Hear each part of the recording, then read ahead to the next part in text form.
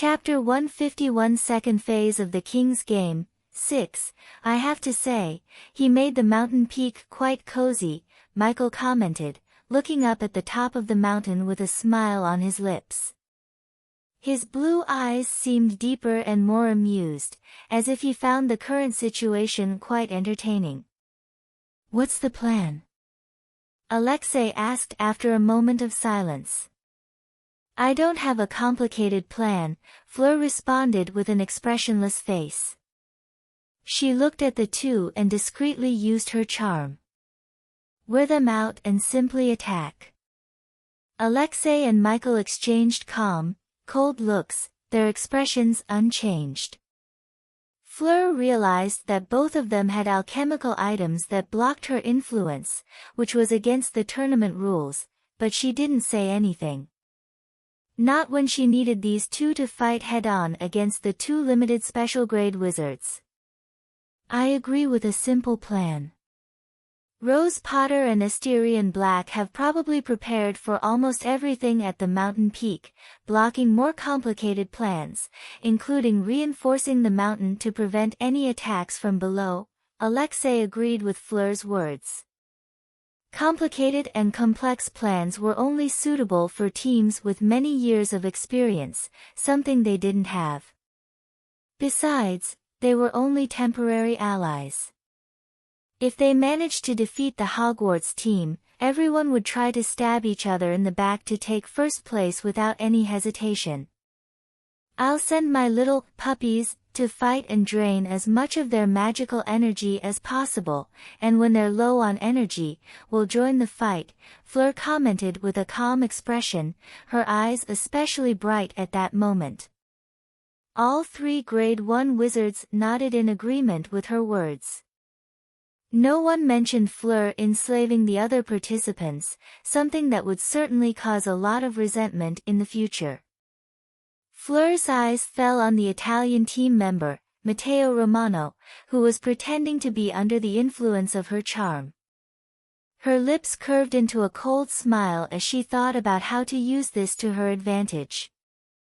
Anna, Michael, and Alexei watched Fleur smiling like that and felt a chill run down their spines. This woman was too dangerous, not just intelligent, but also cruel and as cunning as a snake hidden in the bushes, waiting for the right moment to strike its prey.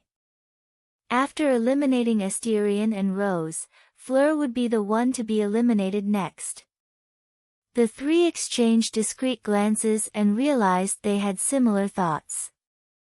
This made them smile, but they quickly hid their expressions with caution, fearing that Fleur might discover something. Not that Fleur didn't notice the movements behind her, but she had never trusted these people in the first place. They were using her, and she was using them to get what she wanted. When they ceased to be useful, Fleur was confident she could eliminate all three without much trouble. Sophie, follow them, and if you get the chance, take out whoever is on the throne, Fleur commanded. Sophie Dubois, a member of the French team, a small and lovely young woman with brown hair and blue eyes, nodded silently and followed the enslaved men without hesitation.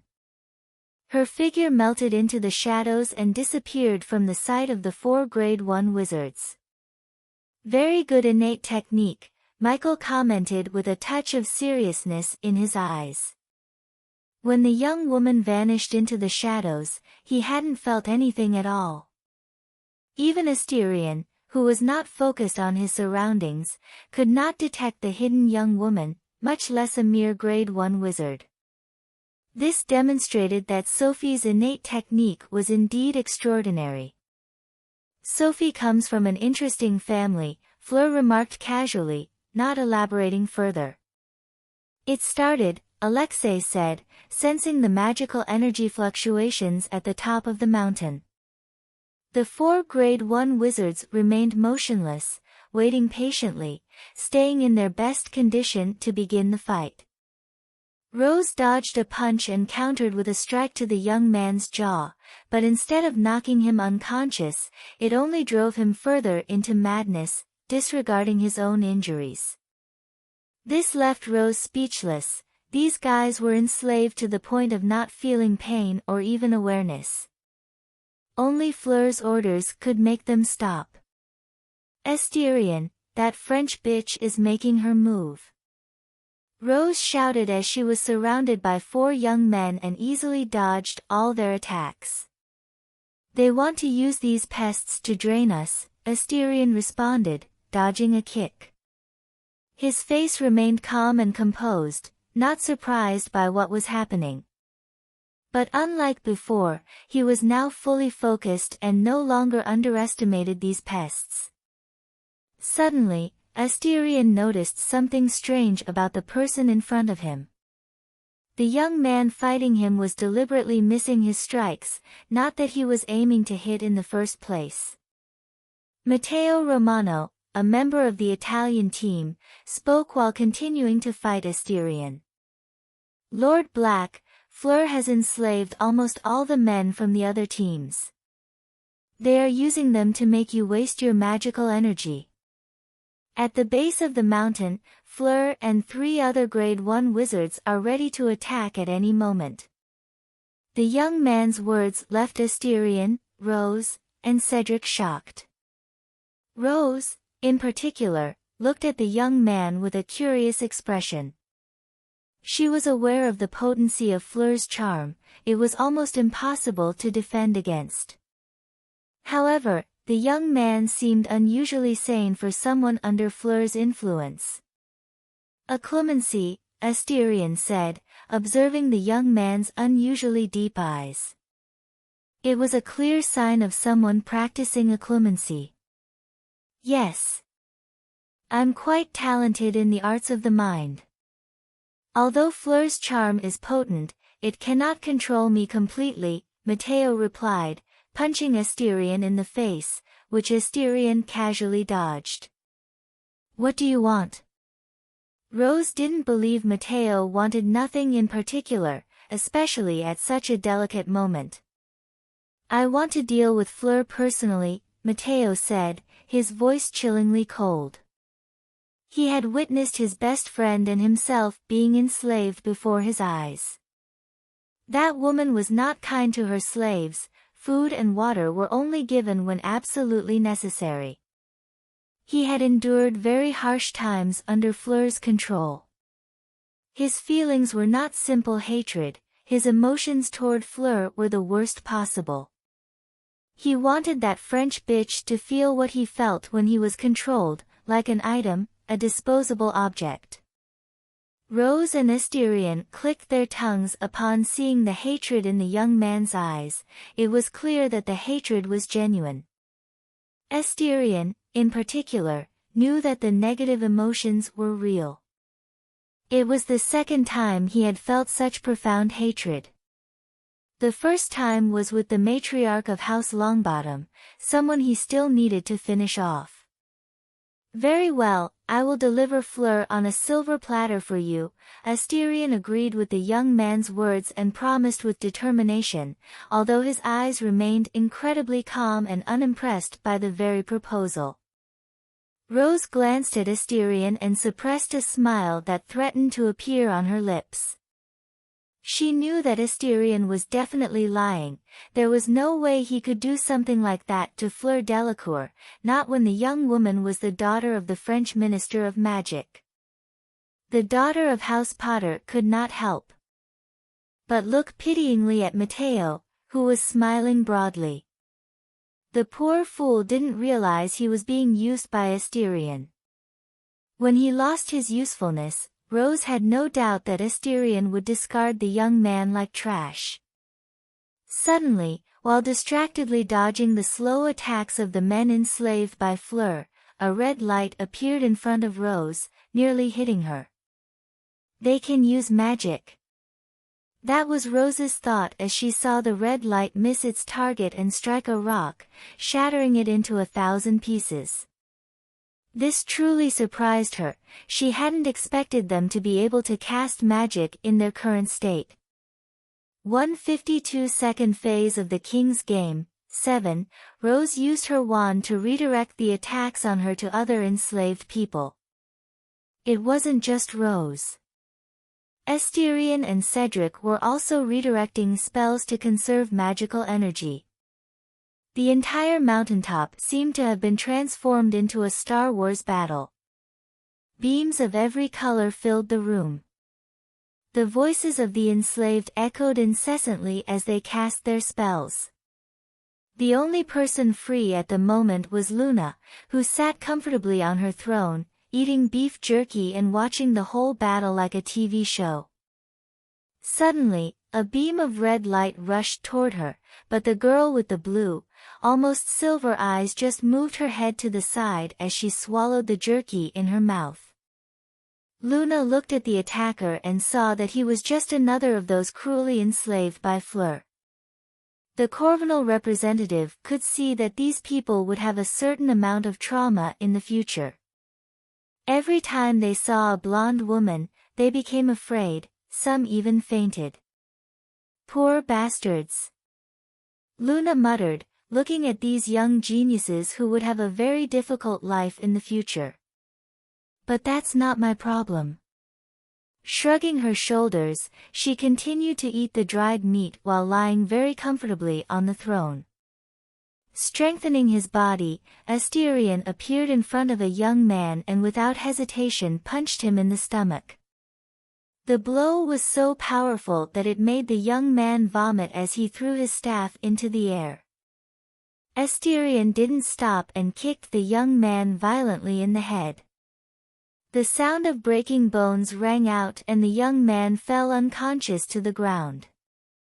"That's going to hurt the next day," Rose said with a laugh as she did the same to another young man. Rose and Asterion joined in as they fought side by side, their punches and kicks amplified with magical energy. Both looked like killing machines as they dodged the spells and blows of the other enslaved. Cedric cast a confundus to knock the enemy away, then a protego to protect himself from the other's spells. The Hufflepuff representative was quick and accurate, always hitting his targets and sending the enemy flying backwards. 2 minutes later, Rose and Asterion stood side by side, watching the enslaved lying unconscious on the ground.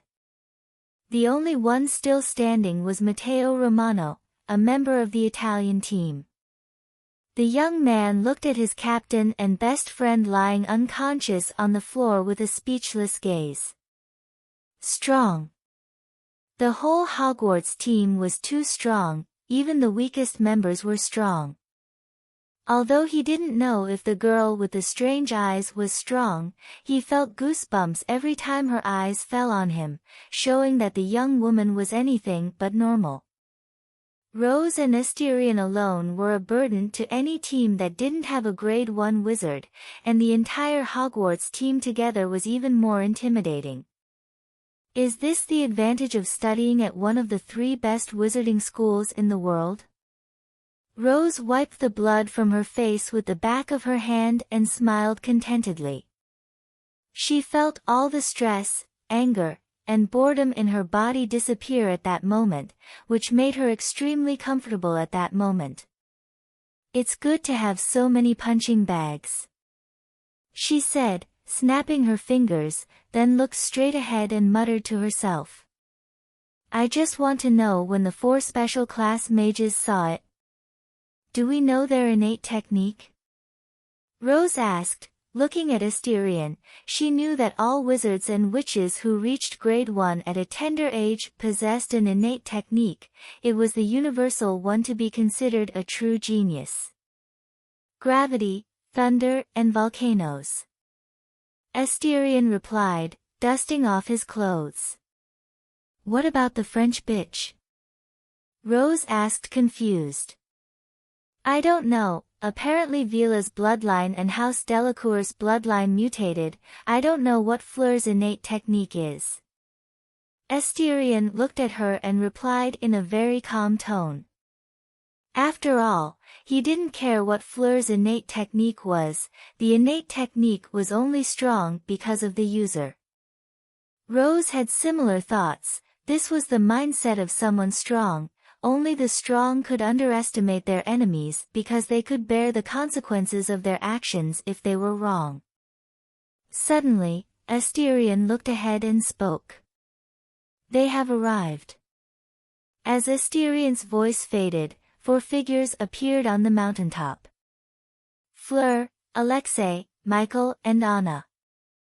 Took you long enough, I expected you to attack at night. Rose spoke with her hands behind her head as she looked at the 4 first-level wizards with a slightly frightening smile. We're not that rude, Lady Potter. Michael replied with a charismatic smile and a hint of flirtation in his tone. Oh, Rose also smiled menacingly. Flirting with me won't save you from the biggest beating you'll ever get in your life.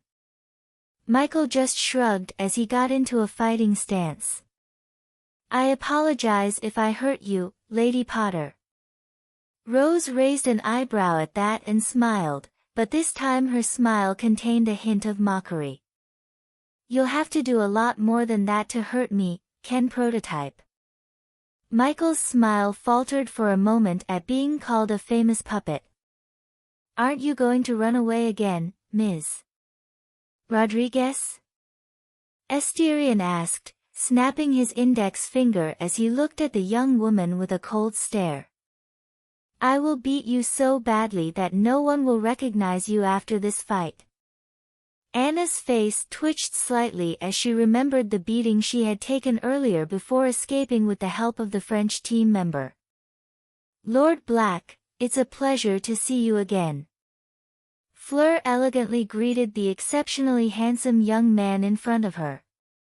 Feeling the absolutely insane amount of magical energy hidden in his body, she licked her lips. Fleur wanted to taste such magical energy, but unfortunately she didn't think she could, not if he had a husband. She wasn't a slut who stole from married men. Although she assumed her mother didn't have as many complications as she did.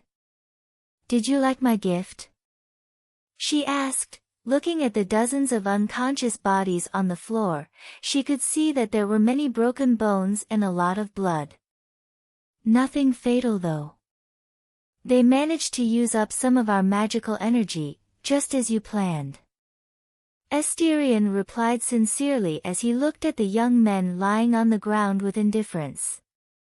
When Fleur kicked one of them, her smile didn't change at all, and she spoke with a pleasant, friendly laugh, although her words were not at all friendly. Trash and garbage, I didn't put my chances of winning in the garbage. Shall we begin, or would you like to wait until I have recovered my magical energy? Asterion asked, pulling out his wand and looking at the 2 women with his red eyes. At his words, lightning flashed in Anna's eyes as arcs of electricity danced around her body. At that moment, she truly looked like a thunder princess. Cedric stayed out of the fight and always stood by the throne, that was his job from the beginning. To be the last line of defense in case something unforeseen happened. But before the fight officially began, he took out his wand and dragged all the unconscious young people to a place far away from the center of the conflict. If they were left lying on the ground, the chances of them dying were high. No one stopped Cedric from doing this, even though it was advantageous for a team. The chance of accidentally killing someone was too high. No one wanted to risk being disqualified from the tournament for something as stupid as accidentally killing someone. Alexei stood next to Michael and looked at Rose with a calm gaze. He was tall and looked like a bear from a distance. He made a seal with his hand and muttered. Innate spell manipulation, world of lava, eruption of the end of the world. Boom!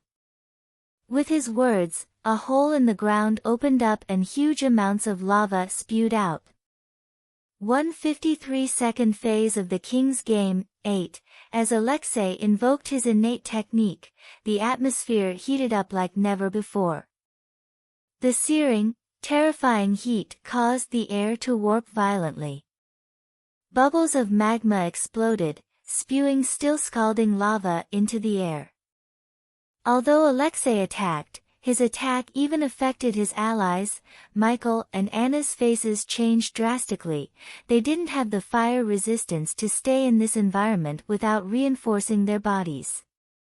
Fleur was not surprised at all by the scene in front of her. If she had such a powerful offensive power, she would do something like this, not only eliminating her enemies, but also her future enemies, in other words, herself. But Michael didn't think so, especially when he was so close to Alexei. Feeling his skin burning and his flesh quickly drying out, he quickly strengthened his body and moved away from Alexei. His face was extremely grim as he looked at Alexei. Even though he was strengthening his body, the human body was still the human body. There was a limit to how much heat one could take. At this moment, Alexei's body showed several signs of third-degree burns, especially his face had a large burn that covered his entire left cheek. Forming a seal with his hands, he responded to his ally's betrayal with extremely cold words. Innate magic manipulation, great movement of the universe, universal gravity. A terrifying pressure of purple light emanated from Michael's body, spreading out with him at the center. At that moment, the entire ground sank a few inches in an instant, showing the incredible gravitational force being exerted on the place. Asterion, who had already donned his armor, was perfectly fine, but the gravity had still affected him, making his movements a little heavier, but only a little. If he hadn't saved his magical energy, he would have summoned Baskerville and the gravity wouldn't have affected him at all. Rose was the complete opposite, looking like a fish that had returned to the water, her hands behind her head with an arrogant smile on her lips. In her case, Rose was manipulating the space around her, forcing an equal force against gravity, effectively nullifying the gravity applied to her, making her practically immune to the effects of gravity. A fact that made Michael particularly grim. Along with his burned face, his expression was somewhat terrifying. Alexei, being pulled around by gravity, felt his organs twitch and a trickle of blood run down the corner of his mouth. The great pressure of gravity caused him to be injured almost immediately. Anna was in the same condition, but the lightning around her turned electricity into electromagnetic force that fought against gravity. Fleur was the strangest. She was perfectly fine despite being under the influence of gravity. This caused all eyes to turn to her, all confused as to how she was fine in the face of such a terrifying gravitational force. "If you keep looking at me like that, I'll feel shy." She spoke with a false shyness on her face that made everyone roll their eyes at his brazen performance. Rose in particular looked at the half-breed with a deep frown. "You body, you're not here." As she said this, Asterion briefly activated his second innate technique and a pentagram appeared in his eyes, then it faded and his eyes returned to normal. In that brief moment, Asterion confirmed Rose's words. This was not Fleur Delacour's real body, or rather, what was in front of them was just her projection into the material world. As Asterion spoke his conclusions, the faces of Anna, Michael and Alexei were grim to say the least. They were pawns in the battle against Rose and Asterion. They could even assume that if they defeated Asterion and Rose, Fleur would appear and defeat them, who would be weakened after such a fight. If they lost to Asterion and Rose, the three young men would have nothing to complain about. They would even be proud to say that they had fought for a long time against two wizards of special rank. But to lose to Fleur was nothing less than a humiliation, a great humiliation that would stain their reputations forever.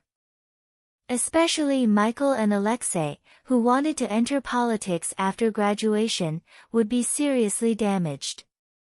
Fleur seemed unconcerned that she had been exposed. On the contrary, she laughed merrily. Because it was very simple, Asterion Black and Rose Potter didn't let everyone go at that moment. Something that Anna, Michael and Alexei understood very well, but which made the taste of being a pawn even worse. From the beginning they had been nothing but pawns in Fleur's hands. From now on I hate blondes. Michael spoke with a bitter tone, but he didn't decrease the supply of magical energy for his innate technique, he did the opposite, he doubled the supply. Asterisk crack. Asterisk the purple energy fell even more heavily to the ground, sinking the hard, rocky ground even further. Alexei didn't stand still either, lava began to spew out of the ground even more voraciously, the already high temperature became completely unbearable, a normal person would die in a matter of seconds if exposed to such a high temperature. Anna didn't stand by and watch the destruction, she floated in the air, her hair fluttering in the wind while her eyes shone with thunderous lightning, and with a wave of her hand, white and blue lightning flooded the place. Cedric was already pale behind the throne, he was only a level 2 wizard, he couldn't do much in the face of the ruthless power of 3 level 1 wizards. Luna was the complete opposite of Cedric, the girl lay comfortably on the stone throne, completely unaffected by the negative effects of the innate techniques, because the throne blocked the influence of other wizards besides herself. Asterion moved his arms a little and walked towards Alexei, who was under a field of lava, demonstrating his incredible resistance to fire and heat. As for Michael, he left it to Rose, she was best suited to fight this kind of enemy in their limited situation at the moment, otherwise Asterion would have summoned Maharaga or simply the Mercury Serpent, capable of eating space. Stepping onto the lava, Asterion walked with his red eyes looking directly at Alexei, his armor completely protecting his body from the heat and molten rock. Alexei didn't stand by and watch Asterion approach him so casually. Lava dragons rose from the ground and roared loudly, their roar accompanied by a pillar of lava that flew towards Asterion. Asterion raised his hand, summoned his black sword, and swung it at the lava pillar. The sword had the ability to cut through atoms, and it sliced through the lava pillar like butter. Asterion appeared in front of the dragon and slashed vertically, the whole dragon was sliced in two, the two halves turned back into lava and fell to the ground splashing molten rock. Asterion didn't wait for Alexei to react and appeared in front of him, grabbing his throat and lifting the son of the Russian Minister of Magic, even though he was smaller than his opponent. Your technique is powerful, unfortunately for you, when someone manages to overcome the heat, their innate technique is not as powerful. Asterion commented with a smile on his face, he wasn't lying to Alexei, the young man did have a very powerful innate technique, but when he met someone as prepared as him, his innate technique didn't matter. Alexei tried to release the grip on his throat, but Asterion's hand was like a pair of steel tongs, it didn't move at all with his movements, holding tightly to his neck. Asterion smiled coldly and tightened his grip, causing Alexei's face to gradually turn pale and then purple from the obvious lack of oxygen. However, Alexei didn't give up, he put his hands together and formed a special seal on his hands, a terrifying smile forming on his face. Domain expansion lava world. Being so close, Asterion had no time to try to escape. In an instant, reality changed, black walls formed around Asterion and Alexei, and the world completely changed in front of both young men. In a single moment, Asterion found himself in front of a world made of lava, the sheer abysmal temperature of which began to melt Asterion's armor. If it had been normal, Asterion would have had to use magical energy to restore the armor and it would have been intact again, but he couldn't use that much magical energy. You surprised me, I didn't expect you to master your domain expansion. Looking at the lava world around him, Asterion remained stoic. I mastered it a few months ago, in a battle of domain expansions. If you had used your expansion, I would have lost the next moment. Alexei commented, stroking his own neck with a look of fear on his face. Unfortunately for you, that will be the cause of your loss. Asterion spoke, looking at Alexei, a black pentagram appearing in his eyes. A pentagram that sent shivers down Alexei's spine, but it was impossible, he was in a whole world of lava.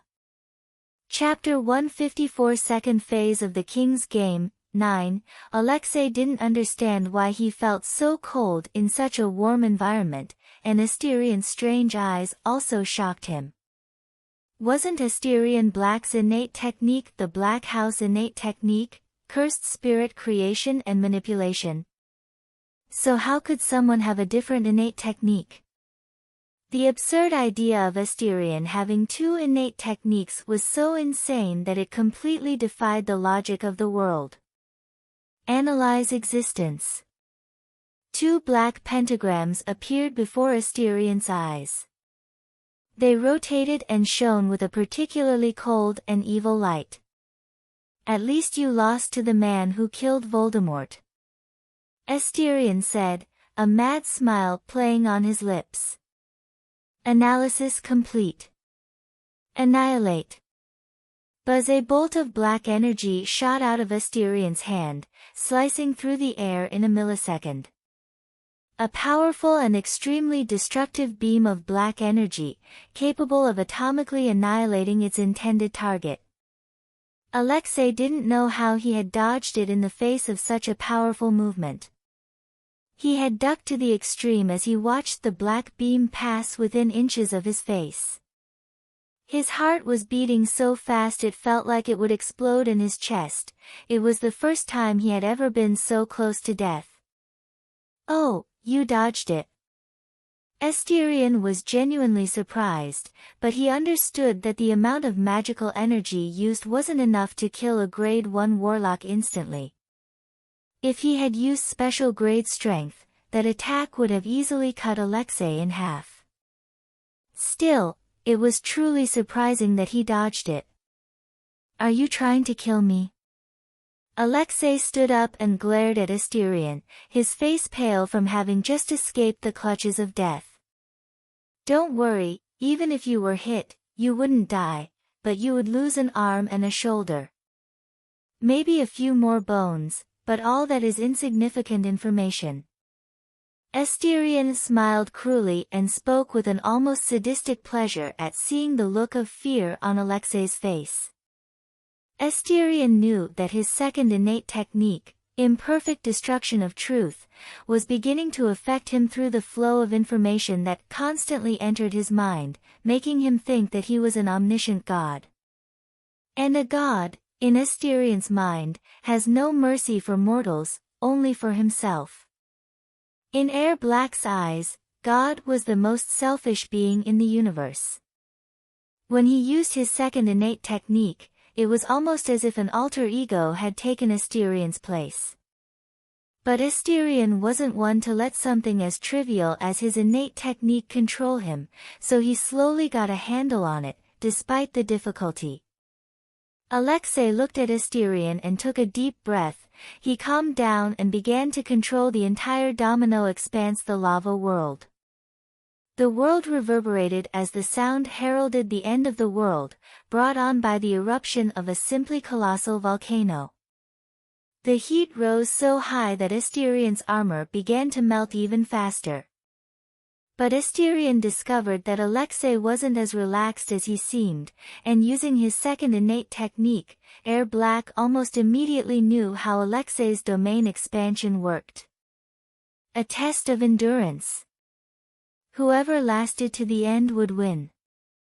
Asterion wanted to laugh. It was true that he was limited to a grade 2 warlock in every way, but in the world's power rankings, there was a clear difference between a grade 2 genius and an ordinary grade 2 warlock. For example, Asterion could recover magical energy at least 10 times faster than any grade 2 wizard, but even though he was grade 1, Alexei's recovery speed was still inferior to Asterion's. So the idea of using his power to win was a good one. So the idea of winning by using his fire resistance was ridiculous in Asterion's eyes. Let me know what you think if I attack and use even more of your magical energy.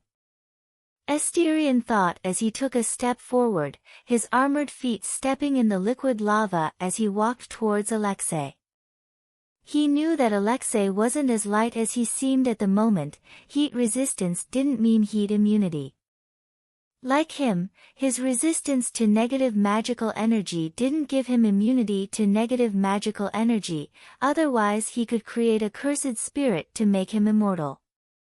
He could create a cursed spirit for every aspect of his body. Unfortunately, he did not have immunity to magical energy. Alexei saw Asterion approaching, his stoic face couldn't help but change. He created his domain expansion as a test of resistance between him and the enemy. With his frightening resistance to heat, he could defeat 99% of wizards of the same level. However, Asterion Black and Rose Potter were exactly that 1%. He couldn't touch Rose because of her innate technique. Although Asterion wasn't as tough as Rose, he was just as powerful with his various cursed spirits. This will be easy. Asterion spoke, a mad smile still on his face, though he was more in control. Outside the domain expansion, everyone was surprised to see the black dome appear on the battlefield. No one imagined that Asterion would be forced into Alexei's domain extension in a single moment. Michael's face changed dramatically. He hadn't expected his former rival to hide such an important asset. If he had targeted Alexei's domain expansion. That was an unexpected surprise. Who would have thought that an ant would be able to use domain expansion? Rose commented, looking at the 3 first-level mages, her smile about to widen. I assume one of you 3 possessed a domain extension. She continued, ignoring the grim faces of the wizards at being called an ant. Ana Rodriguez can't possibly have a domain, she just advanced to level 1. Considering the reaction to Ken's project, he doesn't have one either. That leaves just 1. Rose's blue eyes fell on Fleur, her smile even wider when she saw the French bitch's grim face.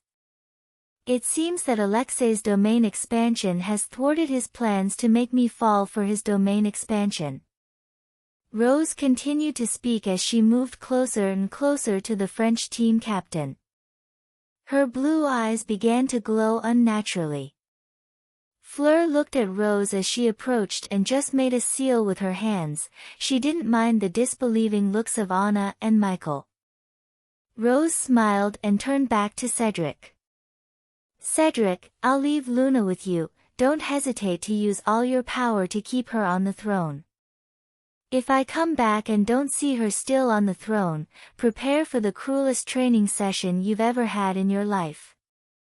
When Rose spoke, and when her voice stopped, Fleur's cold, indifferent voice reached her.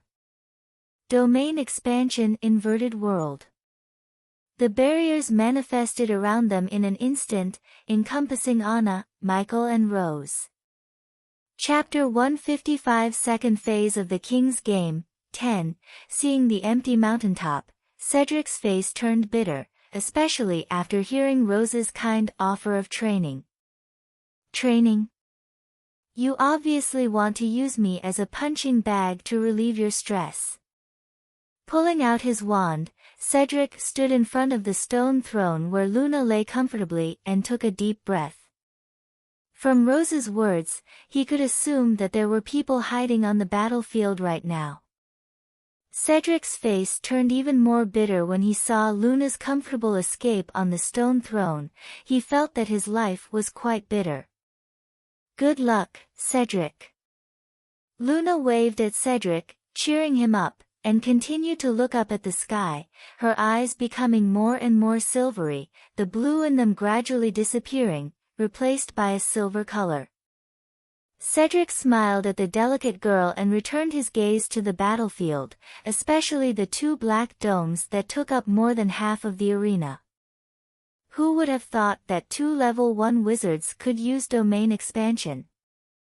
As Rose stepped to the ground, she looked around and found herself in a very beautiful city, a huge metal tower looming on the horizon, threatening to pierce the sky with its sharp spire. Paris is the most important city in France. Unlike other countries where you had to conquer the entire territory before you could completely dominate, in France, as long as you conquered Paris, you practically became the new king of France. That's how it was in the Middle Ages, and that's how the new French dynasties were formed over the centuries. But the Paris that Rose saw was different from the Paris of the real world. The sky looked like mirrors, moving on their own in all sorts of geometric shapes, confusing the senses.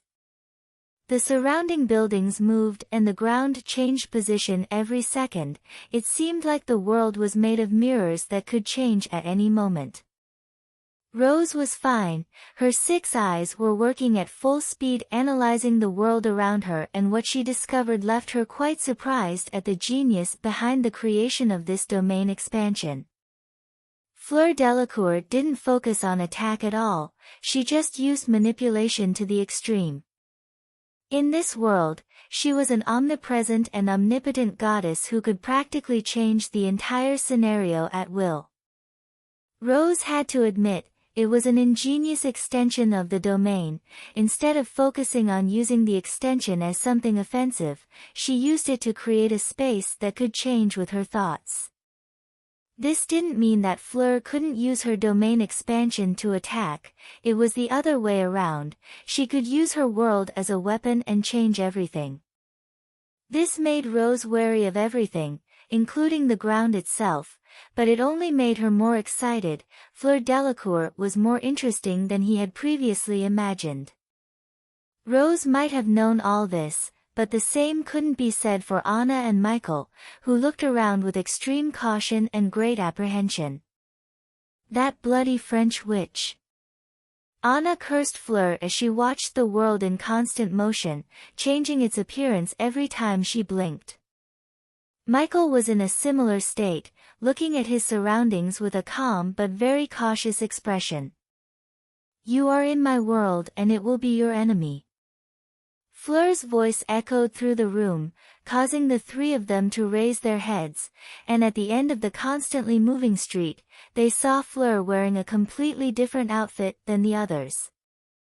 She was wearing high boots, tight white pants and a feminine blue military jacket. Anna, Michael and Rose didn't have time to react to her words because the ground had opened up and the 3 of them started to fall from an enormous height. All 3 were placed in different positions, each falling from a height that was simply colossal enough to kill any normal human. Rose, her hair fluttering wildly in the strong wind of the fall, just put her hands in her pockets and let herself fall to the ground completely unconcerned.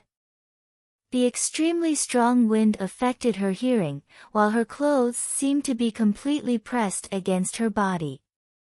"If you want to beat me, it won't be with height alone, Fleur," Rose muttered, enjoying her fall from a great height. Suddenly, as if she had heard Rose's voice, the air around the white-haired girl changed. The sky began to invert and what looked like extremely thin moons, rolling through the air and distorting space with their high speeds, flew toward Rose.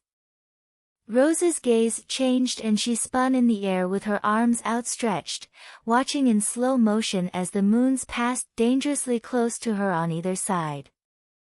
They were so close that Rose discovered that they weren't moons at all, but round mirrors spinning at high speed. Rose then changed position again, spinning back into the air with short bursts of magical energy, turning upside down in an instant. In the same second, a round mirror sliced a lock of hair from her fringe. Sensing that she couldn't be distracted, Rose, still upside down with her hair fluttering chaotically in the strong wind, stretched out her arm and pointed her finger in a certain direction on the ground. She murmured with a smile on her pretty lips. Innate magic manipulation, unlimited red. A swirling red energy formed above Rose's finger and shot out in a straight line like a red laser, swirling the air around her. Bomb! The red lightning struck a house in fake Paris, causing a deafening sound as the whole house collapsed in the face of the extremely strong repulsive force.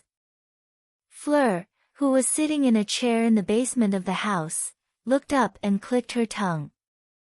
Even though the house had collapsed on top of her, there was no debris around her. She put her cup of tea in the pyre and stood up. Rose Potter could pinpoint her location even though she had created countless clones in various parts of Paris. I hate those incredibly beautiful eyes, she muttered unsatisfactorily. No matter how much she disguised her magical power, Rose would probably be able to locate her precisely. Fleur wasn't wrong about that, never mind Fleur's clones for Rose.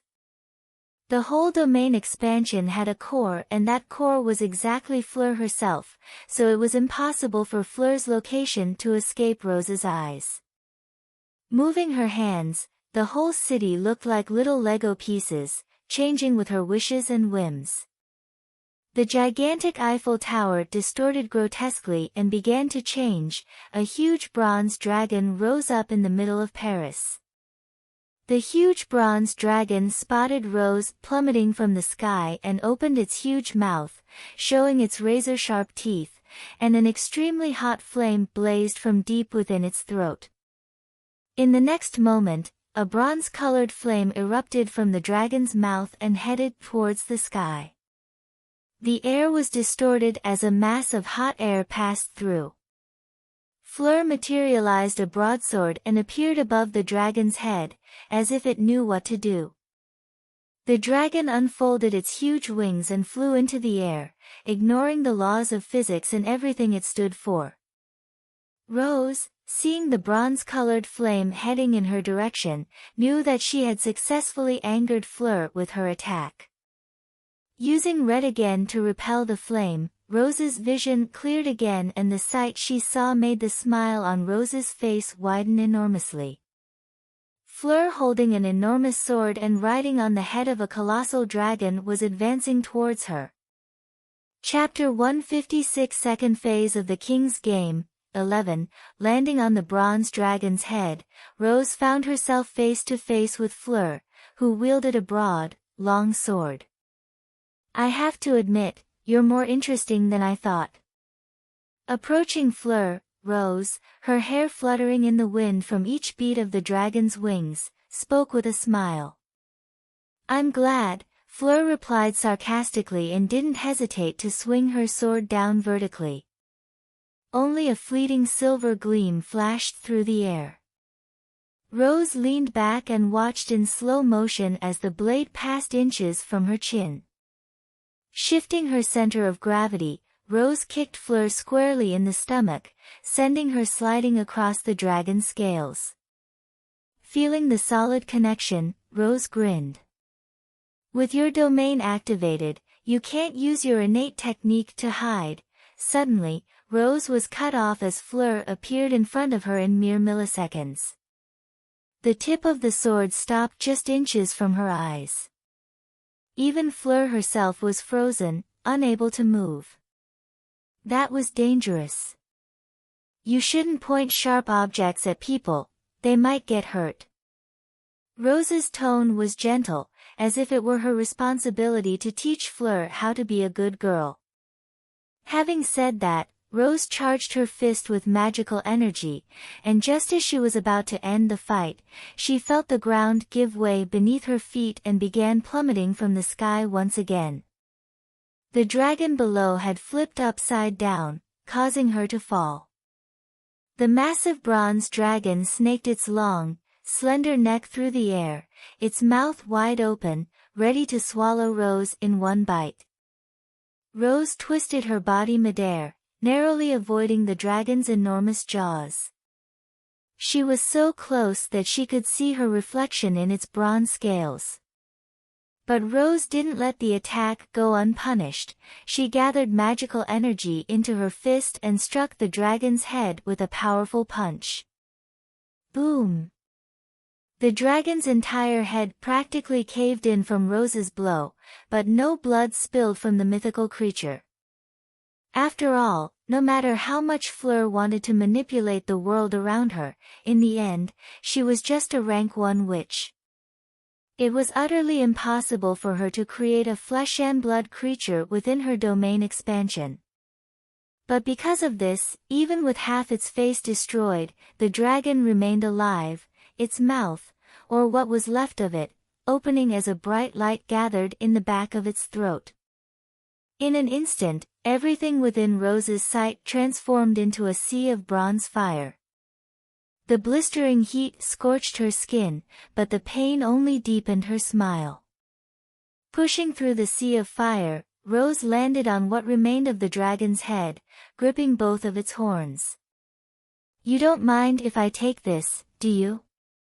Rose spoke, her voice dripping with sadistic glee, as she gathered strength in her hands and hips, tearing the horns from the face of the mythical beast in an instant. Rose let the horns begin to fall and became even more brutal, grabbing both halves of the dragon's mouth and forcing them open to the limit with her current strength. Though it couldn't compare to special grade strength, it was equivalent to that of a grade 1. Even so, the dragon's mouth and half of its neck split open.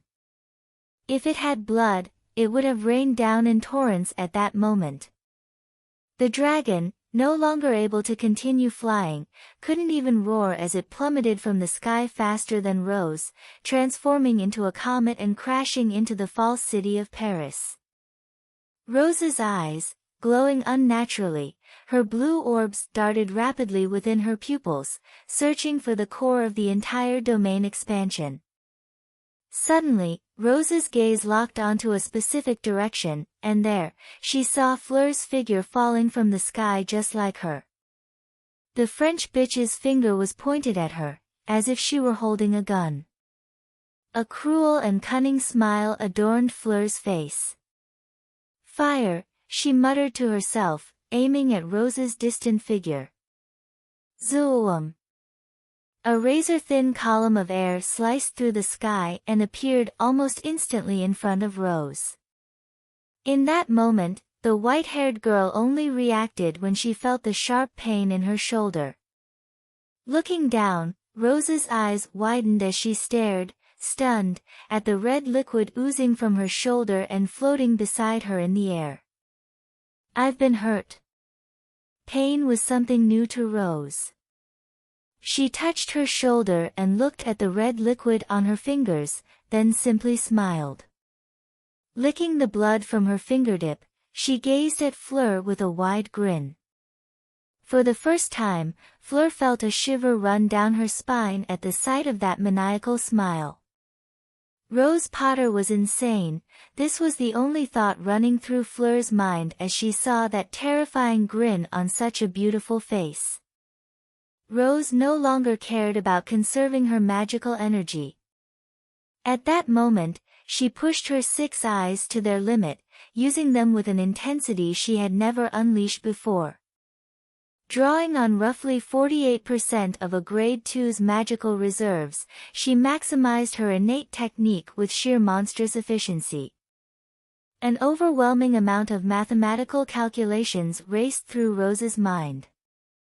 Extending her finger towards Fleur, she whispered calmly. "Innate spell manipulation, limitless, blue." A blue orb formed beside Rose, but she didn't stop there and whispered, "Innate spell manipulation, limitless, red."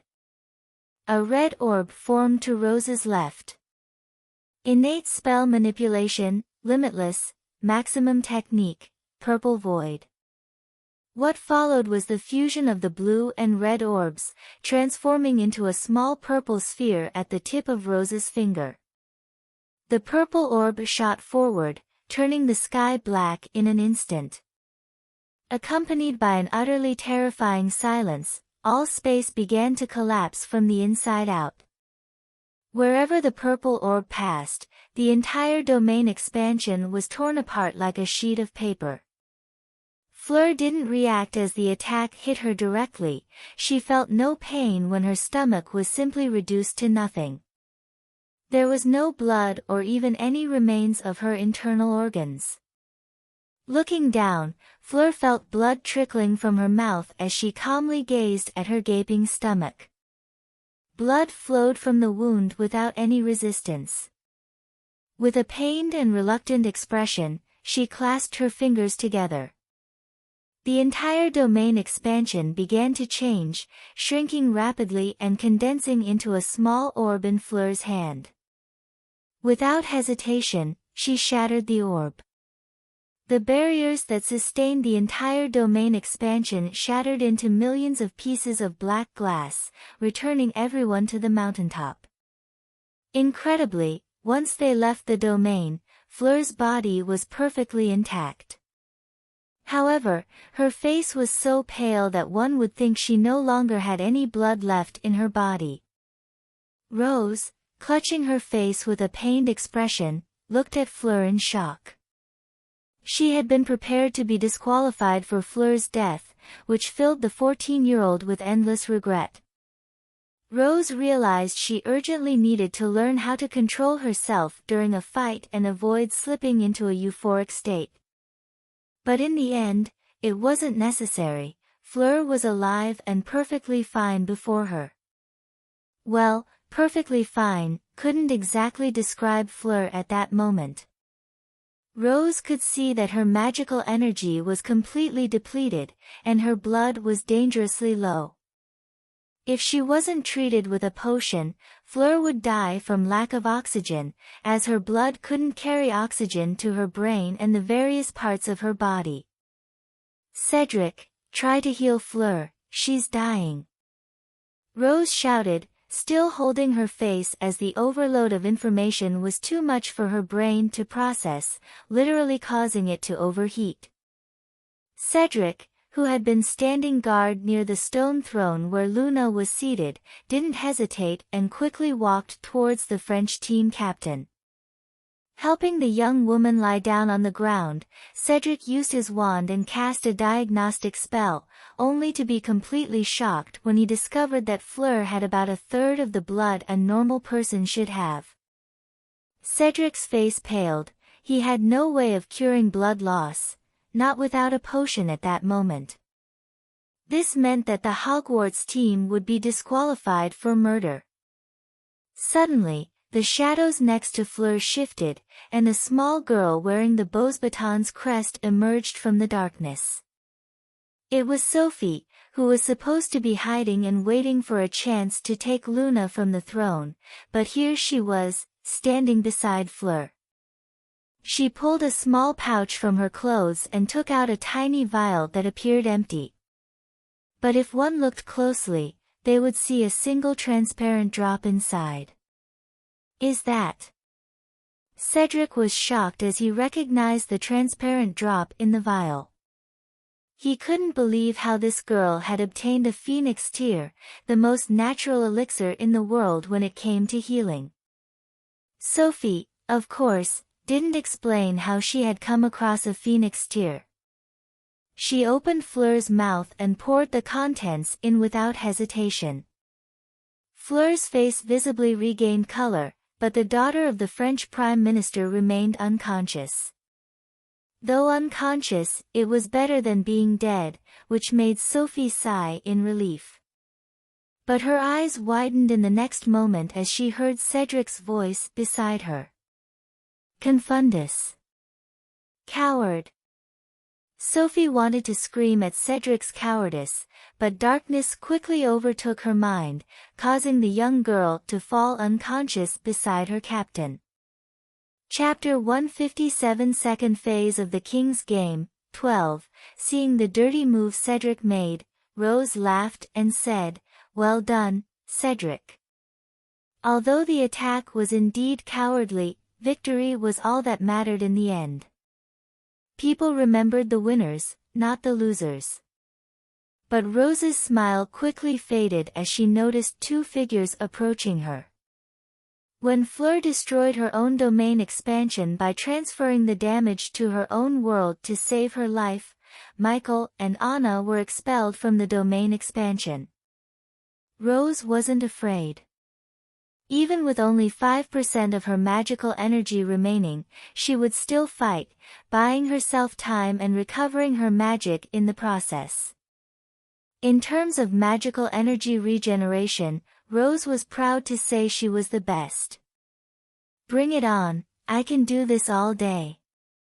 Rising to her feet with her head still aching and her shoulder bleeding, Rose lifted her head proudly and took a fighting stance. Cedric also stood up, pointing his wand at the two first-class wizards. Even a few seconds of delay would be of great help to Rose, giving her enough time to recover her magic. Anna didn't say a word and immediately went on the offensive, lightning surrounding her figure as she vanished from the battlefield. Her speed was so extreme that Cedric and Michael only caught glimpses of a white blur, finding it incredibly difficult to track Anna's movements.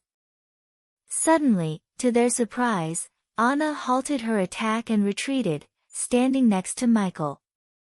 Crack! With the sound of glass shattering, the black dome on the other side of the battlefield broke into millions of pieces, signaling the end of Alexei's domain expansion.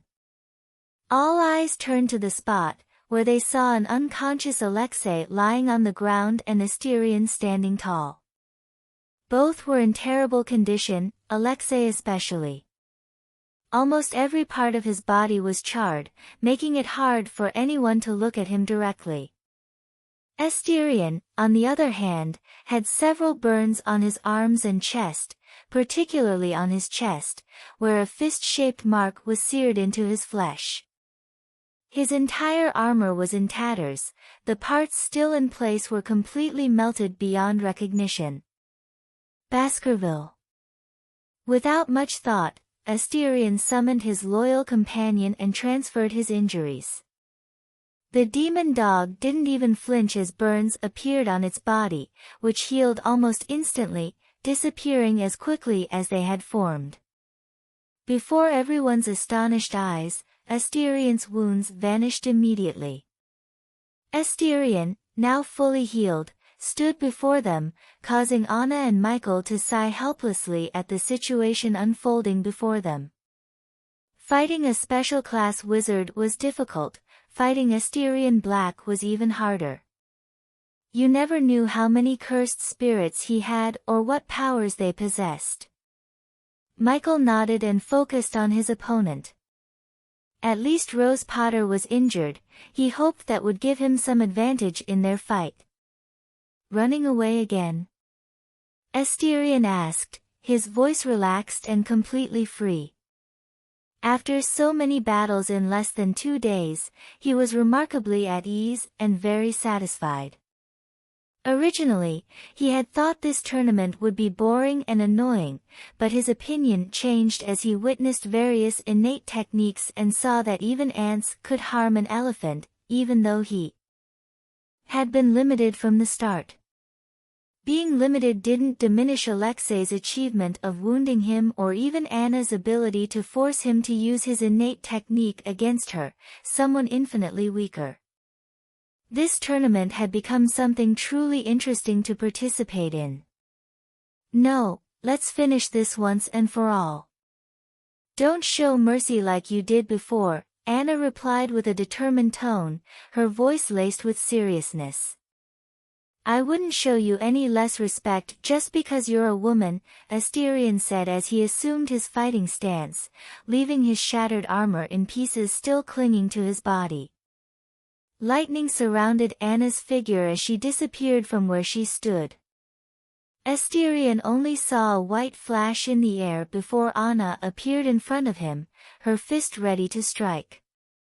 Asterion caught Anna's fist before it could land and used his knee to strike her stomach. The knee hit with such force that the impact made a deafening sound. Boom! Even though Anna's speed was incredible, Asterion's eyes could still perfectly track her movements. Bruh!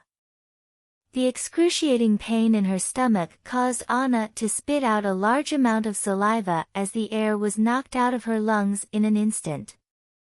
However, even in that state, Anna escaped Asterion's grip on her wrist and, in a flash, climbed up his body, using her thighs to shift the special class wizard's center of gravity. Asterion was thrown to the ground as Anna rolled off and landed on her knees. She didn't stop and immediately fired bolts of lightning at Asterion's fallen figure. Zzz. Bolt after bolt of electricity crackled and sizzled through the air, bathing Asterion's form in the purest form of energy. But incredibly, despite the barrage of lightning, his body remained unharmed. This made Anna's eyes narrow cautiously as she prepared her final trump card. She was simply biding her time, gaining every precious second with intelligence. Suddenly, Anna drew a coin and tossed it into the air. As the coin spun, blue and white lightning gathered around her, accumulating a massive amount of electrical energy. Electromagnetic cannon, she whispered, not holding back a single ounce of her magic. Even if she lost, she would go down knowing she had used every bit of her strength. Anna aimed her attack at Asterion, who was getting back on his feet, and without hesitation, she fired. Zum! As the electromagnetic cannon was unleashed, Anna's hair whipped wildly in the wind, and she was forced to step back from the massive recoil of her attack. Facing such an overwhelming assault, Asterion merely extended his hand as the pentagram in his eyes glowed intensely. Analyzing existence, analysis complete. Best option chosen with current remaining magic, reflect. As the massive, plasma-charged cannon approached, a dark shield appeared in front of Asterion, absorbing the entire attack head-on. The concentrated plasma collided with the black shield and was deflected upward into the sky, splitting the sea of clouds in two, creating a scene worthy of being remembered by everyone watching at that moment. I'll take Asterion, and you handle Rose. Don't hold back your magic at this point, end the fight as quickly as possible, Anna said, walking towards Asterion with firm steps as lightning crackled around her figure. I tried, Mom. Anna thought as she collapsed onto the ground, exhausted, staring at the sea of clouds split apart by her final attack, her eyes widening in shock as she witnessed the aftermath. It brought an unparalleled sense of satisfaction to her heart.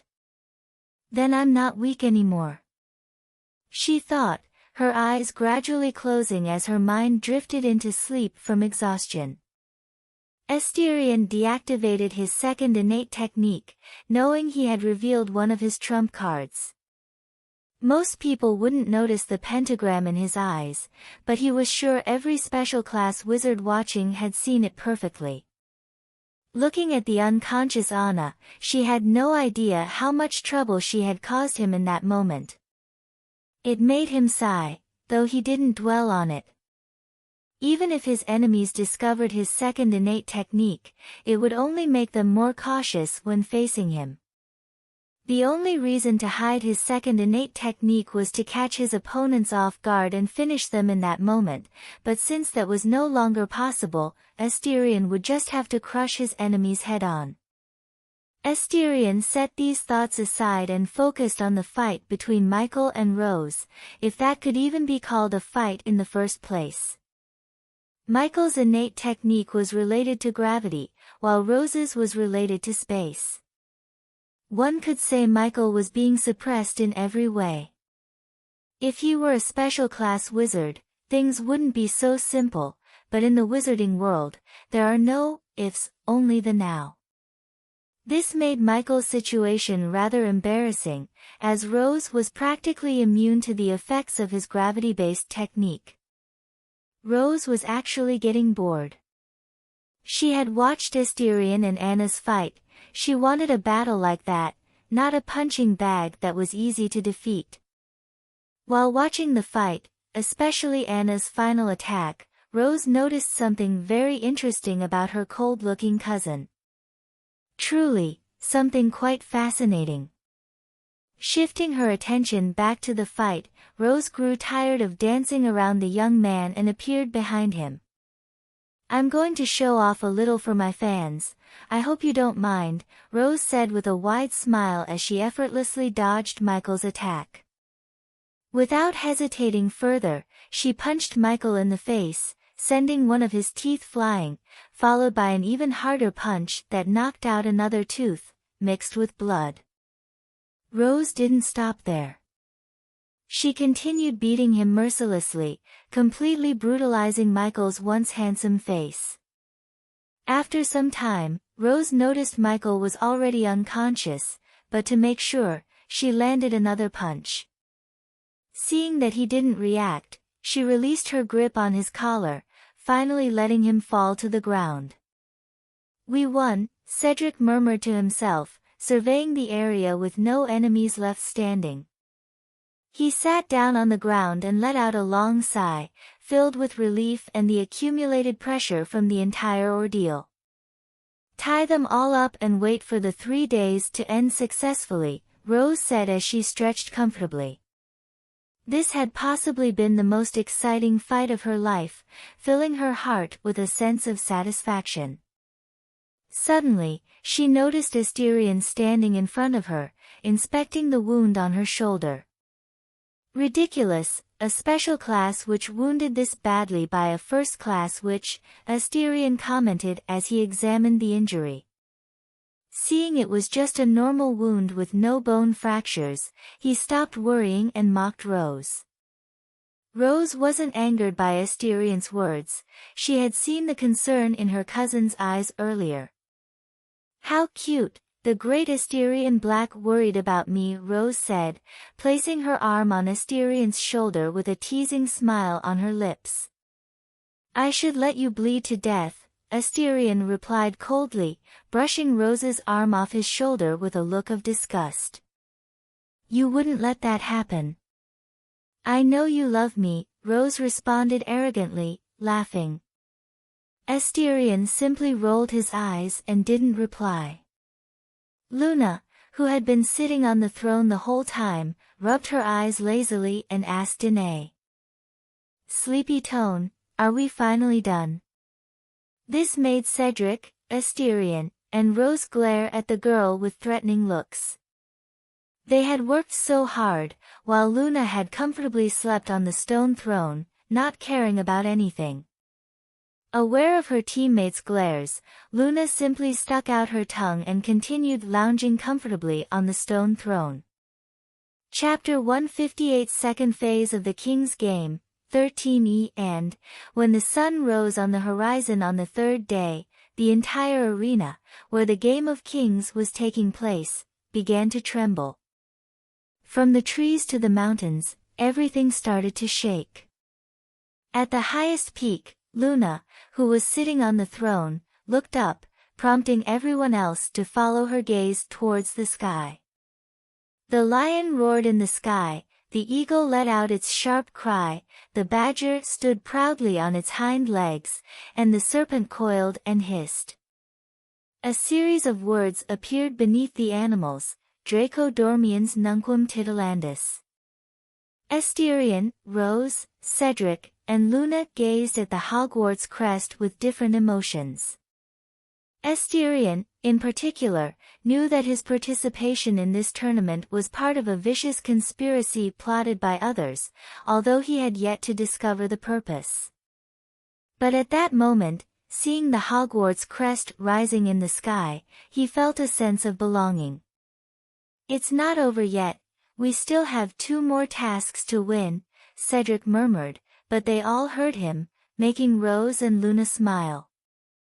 "In the next task, I'll have a bigger role than just sleeping on a throne," Luna grumbled, feeling relaxed, her expression adorably capable of making anyone want to pinch her cheeks. Asterion and Cedric, being boys, couldn't do something as impolite as touching a girl without her permission, but Rose had no such reservations. She grabbed Luna's cheeks with a cruel smile and stretched them in different directions. Luna couldn't escape Rose's grasp and looked pitifully at Asterion and Cedric, silently pleading for help, but all she received were amused looks. Apparently, both boys were more than satisfied to see Luna suffering at Rose's hands. Suddenly, the entire highest mountain began to shake. The last thing they saw was the entire arena collapsing before their eyes.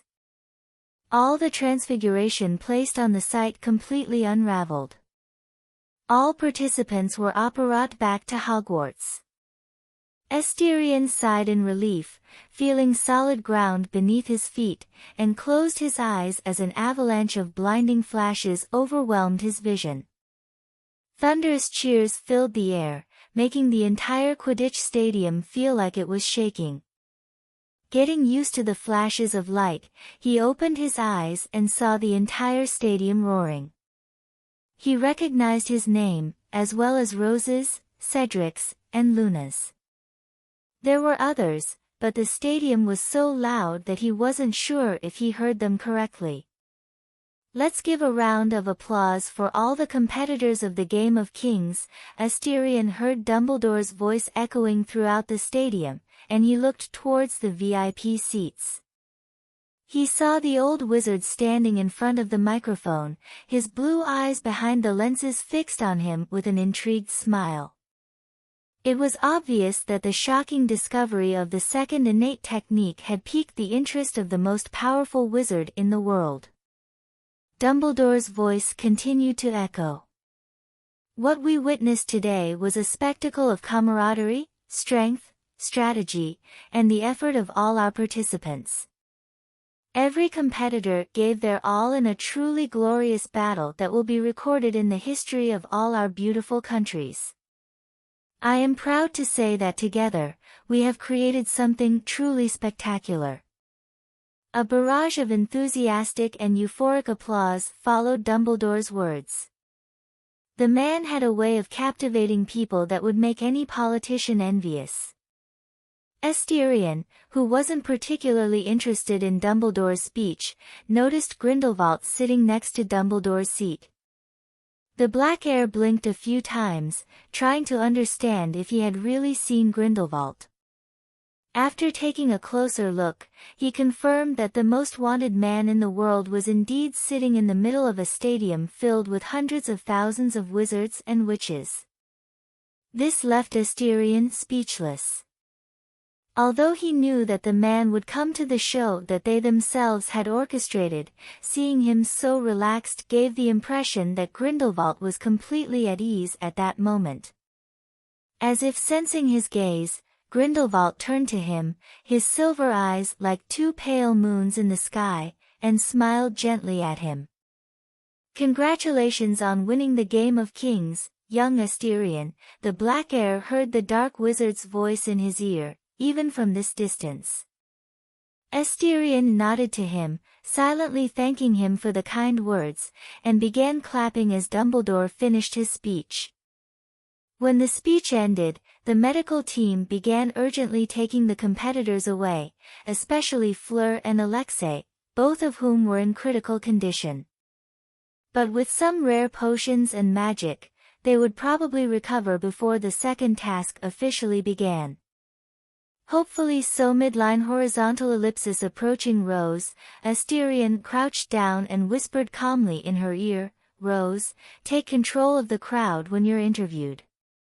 I have to speak with the Dark Lord." Rose nodded and looked at Grindelwald with a frown. It was more than obvious that she did not like the mass murderer known as Gellert Grindelwald. Sensing her gaze, his silver eyes, which reminded them of Luna, met hers with a gentle look, like a grandfather gazing at his granddaughter. If she didn't know any better, it would have been hard to believe that such an elegant and kind-looking old man was one of the worst Dark Lords ever to walk this planet. The man who had caused the death of 25 million muggles and countless wizards and witches. Be careful with him. He's like a snake hiding its fangs, Rose warned cautiously, seeing the gentle smile on the Dark Lord's face. Seeing Rose so full of concern for him, Asterion stepped closer and kissed her cheek tenderly. Thank you for your concern, but I'm more than capable of protecting myself, he said, and without waiting for her response, he walked away with firm steps, leaving the 14-year-old girl with flushed cheeks. I wasn't worried about you, idiot. I just don't want to see him kicking your arrogant butt, Rose muttered, still blushing, refusing to show any weakness. Asterion had no idea what Rose had said, otherwise, he would have turned back and smacked her on the head in frustration. In a corridor beneath the stadium, Asterion leaned against the wall with his arms crossed, looking up with a calm expression. Suddenly, footsteps echoed, and a figure emerged from the shadows. It was Grindelwald, dressed in a simple yet elegant German suit, devoid of any opulence. Apologies for the delay. I have many eyes watching me, Grindelwald said. Get to the point, Lord Grindelwald, Asterion replied, not in the mood for riddles. Grindelwald wasn't offended by Asterion's abrupt interruption. He looked at the young man and spoke. I want you to succeed me in case I die, he said in a simple tone, as if death was no big deal to him. Asterion looked at the man in surprise and frowned. You can see the future, you can escape any assassination. How could you die so easily? That's because I can't see the future I'm about to create, Grindelwald replied, his voice filled with joy and gentleness, seemingly at peace with the fact that he couldn't foresee the outcome of his own actions. So, what do you say, young Asterion? Will you succeed me? Grindelwald asked, gazing at Asterion with a genuinely kind look, like a grandfather passing on his legacy to his grandson. Chapter 159 Death of Arcturus 1. Asterion returned to the stadium with a calm expression, but inside, he was deeply shaken. He wasn't surprised that Grindelwald had asked him to succeed him, but it was the plan that Grindelwald had revealed that left Asterion completely stunned by the audacity of the Dark Lord's scheme. He had thought the god creation plan of the Black House was bold, but what Grindelwald was about to do was blasphemy of the highest order. No. Not even blasphemers could be as mad as Gellert Grindelwald. Still a bit dazed, Asterion noticed Narcissa approaching him with her usual calm expression, but he knew his cousin too well to recognize that she was more than nervous at that moment. A bad feeling sprouted in his chest. And when special grade wizards had a sense of foreboding that something bad was about to happen, it usually became reality. His thoughts were confirmed as Narcissa drew closer and whispered, Arcturus is calling for you. Asterion took a deep breath and clenched his fists. He understood, Arcturus was going to ask him to kill him. In this moment of celebration, with joyful and excited voices all around, Asterion felt as though his world was gradually turning gray. Closing his eyes, he felt the sounds growing more distant, and when he had completely calmed himself, he slowly opened his eyes, revealing 2 red orbs. I will say goodbye to Daphne. Bring the whole family, Asterion calmly ordered, ignoring Narcissa's concerned expression. Narcissa hesitated to obey, seeing Asterion's completely expressionless face, but she nodded after meeting his majestic gaze. As Narcissa's figure receded, Asterion walked toward the stands, where he found his fiancée talking with her friends. Daphne, who was chatting with Tracy, noticed her fiancé approaching. She smiled brightly, but her smile quickly faded when she saw his eyes, so cold they could freeze hell. Daphne wasn't afraid of him and stepped closer, asking, "Did something happen, Asti?" "Arcturus," Asterion replied briefly, causing Daphne's eyes to narrow sharply. She quickly connected the dots and looked at him with a sad expression before embracing him. "I'll be here when you need me," she murmured in his ear, her voice filled with melancholy. She knew how important Arcturus was to Asterion. It wouldn't be an exaggeration to say that Arcturus was practically a father to him. Asterion nodded and kissed her forehead tenderly before saying his goodbye. "We'll talk more later." Daphne nodded and watched his back with concern. For some reason, she felt that her fiancé was carrying the weight of the world. This frustrated her to no end. She wasn't a delicate porcelain doll, yet she couldn't do anything to help Asterion. This wounded her pride and made her feel powerless for the first time. "We will walk side by side, Asterion." "I swear in Merlin's name," she whispered, clenching her fists, her blue eyes filled with determination. Ophelia had always imagined that when she walked into Black Manor, it would be a happy occasion because she would finally be meeting her mother. But she was wrong. Her great-uncle, whom she had never met, was dying, making the entire situation deeply depressing.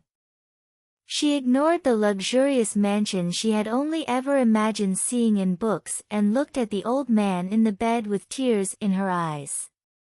He looked skeletal, with no fat on his body, his bones pressed against his skin, making him appear extremely fragile. His hair was completely white and lifeless, dry, and brittle. For some reason, Ophelia felt dark ripples emanating from his body, as if something within him was on the verge of breaking free at any moment. Asterion, Arcturus's dry lips moved as he called out his great-grandson's name. "Yes, great-grandfather," Asterion said calmly, holding Arcturus's skeletal hand. "You have been my pride. From the moment I took you from the orphanage, you became the most important thing to me, my legacy and my honor to my ancestors." His voice, though weak, was firm and gentle. He sounded relieved. "I would have liked to see you marry and have your own children, but I've already been selfish enough to leave my wife alone for so long." Arcturus turned his head with difficulty and looked around the room full of people, focusing especially on his irresponsible grandson, who was trying not to cry. "Look at you, still a child at the end of my life. What a disappointment, my unworthy, drunken grandson," he said, glaring at Sirius. "You old bastard, can't you be kind even at the last moment we'll see each other?"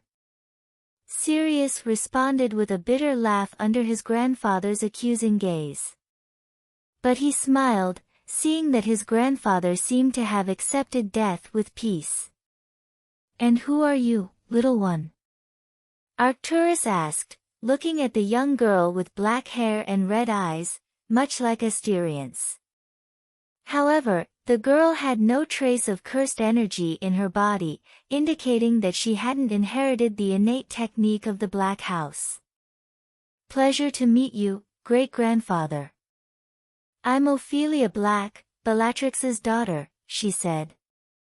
Arcturus smiled at the girl's politeness. He didn't ask about her origins, it no longer mattered. He was simply happy that the Black House had gained another member.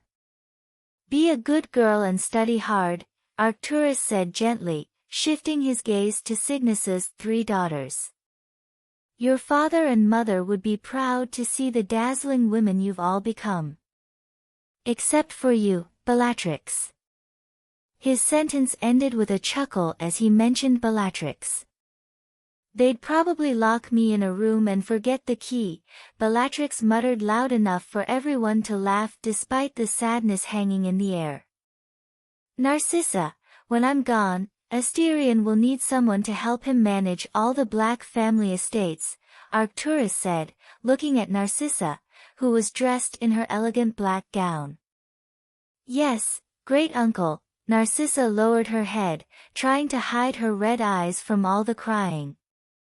Then Arcturus's gaze fell on the gentlest of Cygnus's 3 daughters, Andromeda.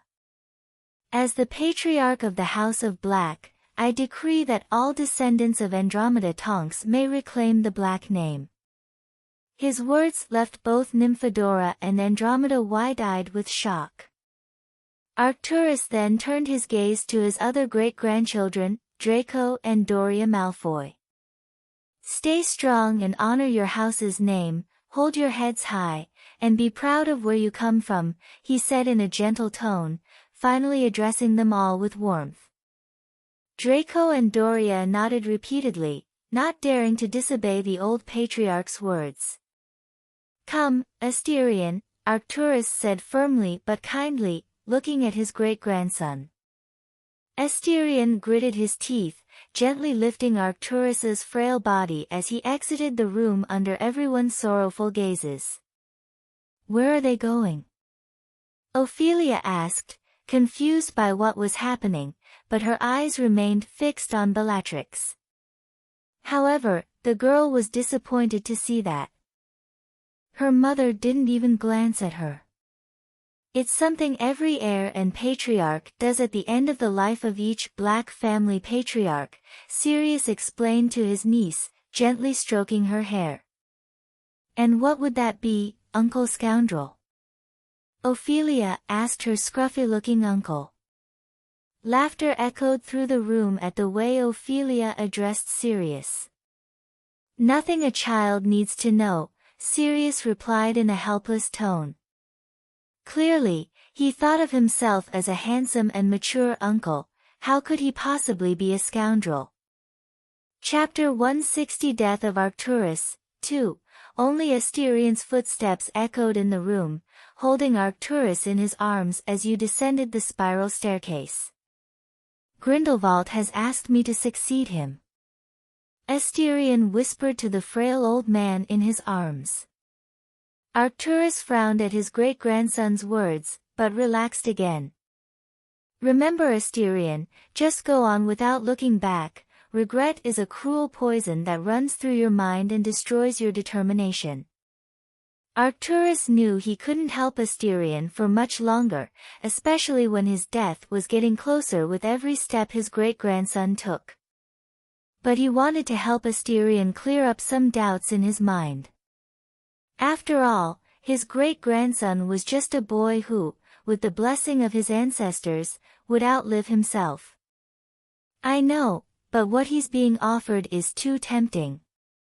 Asterion sighed, commenting on the Dark Lord's proposal. Even he felt his heart race at what he would gain by succeeding Grindelwald. The smallest gain was the colossal power of the Dark Lord's organization, the Acolytes. The greatest gain was to personally possess all the knowledge that Grindelwald had amassed. This was not just knowledge, but hundreds, perhaps thousands, of years of research into which gods and other beings beyond human comprehension. This was the most attractive thing to Asterion. This knowledge was so tempting to him to create a god that he almost accepted Grindelwald's proposal on the spot. Fortunately, he said he would think about it, and then the two of them would meet in a certain place. You already know your answer, you just need a nudge to accept it. Arcturus laughed when he heard Asterion's helpless tone. Asterion rolled his eyes and didn't deny his words, he already knew his decision. You have to be careful, Asterion. Taking on something like this makes you a Dark Lord in the eyes of the world. Your image that you've created so much will crumble like a sand castle. Your enemies will use this to undermine your foundations and destroy everything you've built so far. Arcturus closed his eyes and said in a gentle tone that he would not influence his great-grandson's choices. Everyone must bear the consequences of their actions. That's what he taught Asterion the first day he came to Black Manor. Asterion answered in silence after a while. I know, I'll try to control the acolytes from the shadows. I am going to be a dark lord in the shadows and a light lord in the daytime. If that doesn't work, I'll steal all the knowledge Grindelwald has accumulated and be a good boy in the eyes of the world." Asterion finished with a laugh. A laugh Arcturus shared. "Fooling Grindelwald will never be so easy, you impertinent brat." Asterion nodded and fell silent. Arcturus asked with a smile. "How is your relationship with Daphne?" "It's going well, but she wants me to marry Rose." Asterion commented, remembering what Rose was like. The woman was not at all feminine, but she was pleasant to live with her bold aura. Henry's great-granddaughter. Arcturus laughed as he remembered the white-haired girl, or at least what he had heard about her from his great-grandson Asterion. Henry was a good man, unlike me. Maybe that's why his political career was a complete mess. Especially after he took his pro-Truxa stance. His son and grandson inherited it from him. It seems his spirit still lives on in his great-granddaughter. Accept the marriage. Having a witch of special rank at your side when the chaos of this world begins will be precious. Arcturus finished, hearing Asterion finally stop in front of the old metal door. "I just think my life will be a complete mess with two completely different women." Asterion sighed at his words. "At least it will be a fun life." Arcturus commented with a weak laugh. Asterion didn't answer and said quietly, "We have arrived." "Yes, we've finally reached that point." Arcturus replied in a calm tone. At his age, after living between life and death for so long, death never seemed frightening to him. He would gladly let death come for him. He was a bad husband. His wife had been waiting for him for a long time. Asterion bit his lips and opened the iron door, which moved with a loud creak, revealing a stone chamber of dark stone, lit by torches. In the center of the stone chamber was a red pentagram, and in the center of the pentagram, a coffin lay cold on the cold floor. Walking over to the pentagram, Asterion crouched down and gently placed Arcturus' frail, skeletal body inside the coffin. Asterion smoothed out the wrinkles in his great-grandfather's clothes and made them perfect. Arcturus wore an elegant black suit from the last century, shoes, and his favorite pocket watch. As he looked up at the ceiling where his ancestor Corvinus Black had looked when he was about to die, Arcturus whispered with a peaceful smile, "I am in the same place where all my ancestors came before me." For some reason, something so simple brought a sense of peace to the dying Arcturus. "Asterion, don't hesitate any longer. Do it," Arcturus said, looking at his great-grandson beside his coffin. Asterion gritted his teeth and made a cut on his wrist. He reached out and red blood ran down his wrist and dripped onto Arcturus' forehead. When the drop of blood hit Arcturus' forehead, the entire pentagram lit up. "I, Arcturus Black, third of my name, patriarch of House Black, like my ancestors before me, pass on the sacred and honorable right to lead House Black to my great-grandson, Asterion Black, from this day forward." Every word that left Arcturus's lips seemed to add weight to Asterion's shoulders.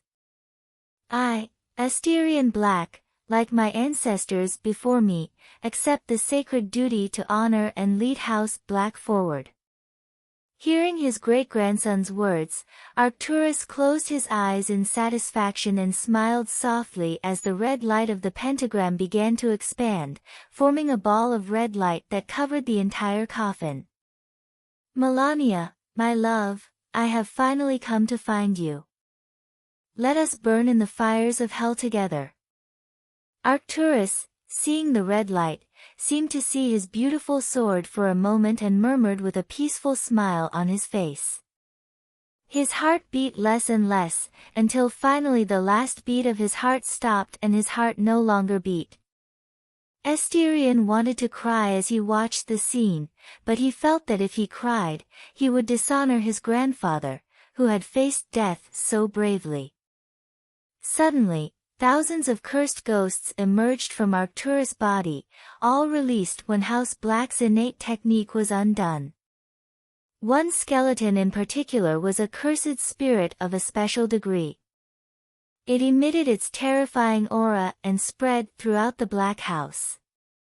However, whether it was him or the other cursed spirits, none of them managed to escape from the pentagram, all of them seemed trapped and unable to be truly free.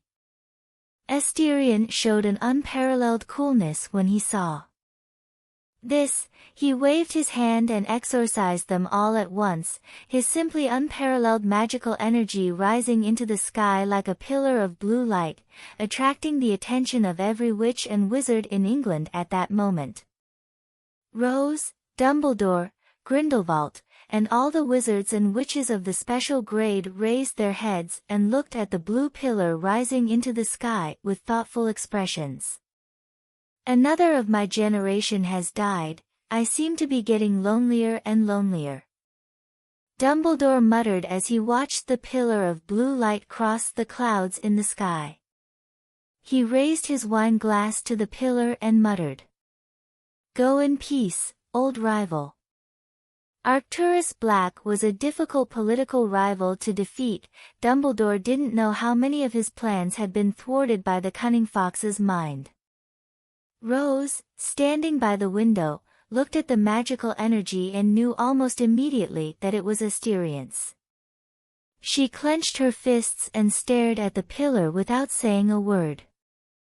In the library, Daphne looked up at the pillar of light in the sky with a worried and sad expression. She knew that Arcturus had died, and looking at her fiancé's hand, she couldn't imagine what Asterion was feeling right now.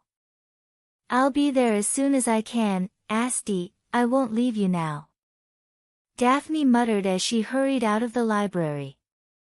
Chapter 161 First Phase of God's Creation Plan 1.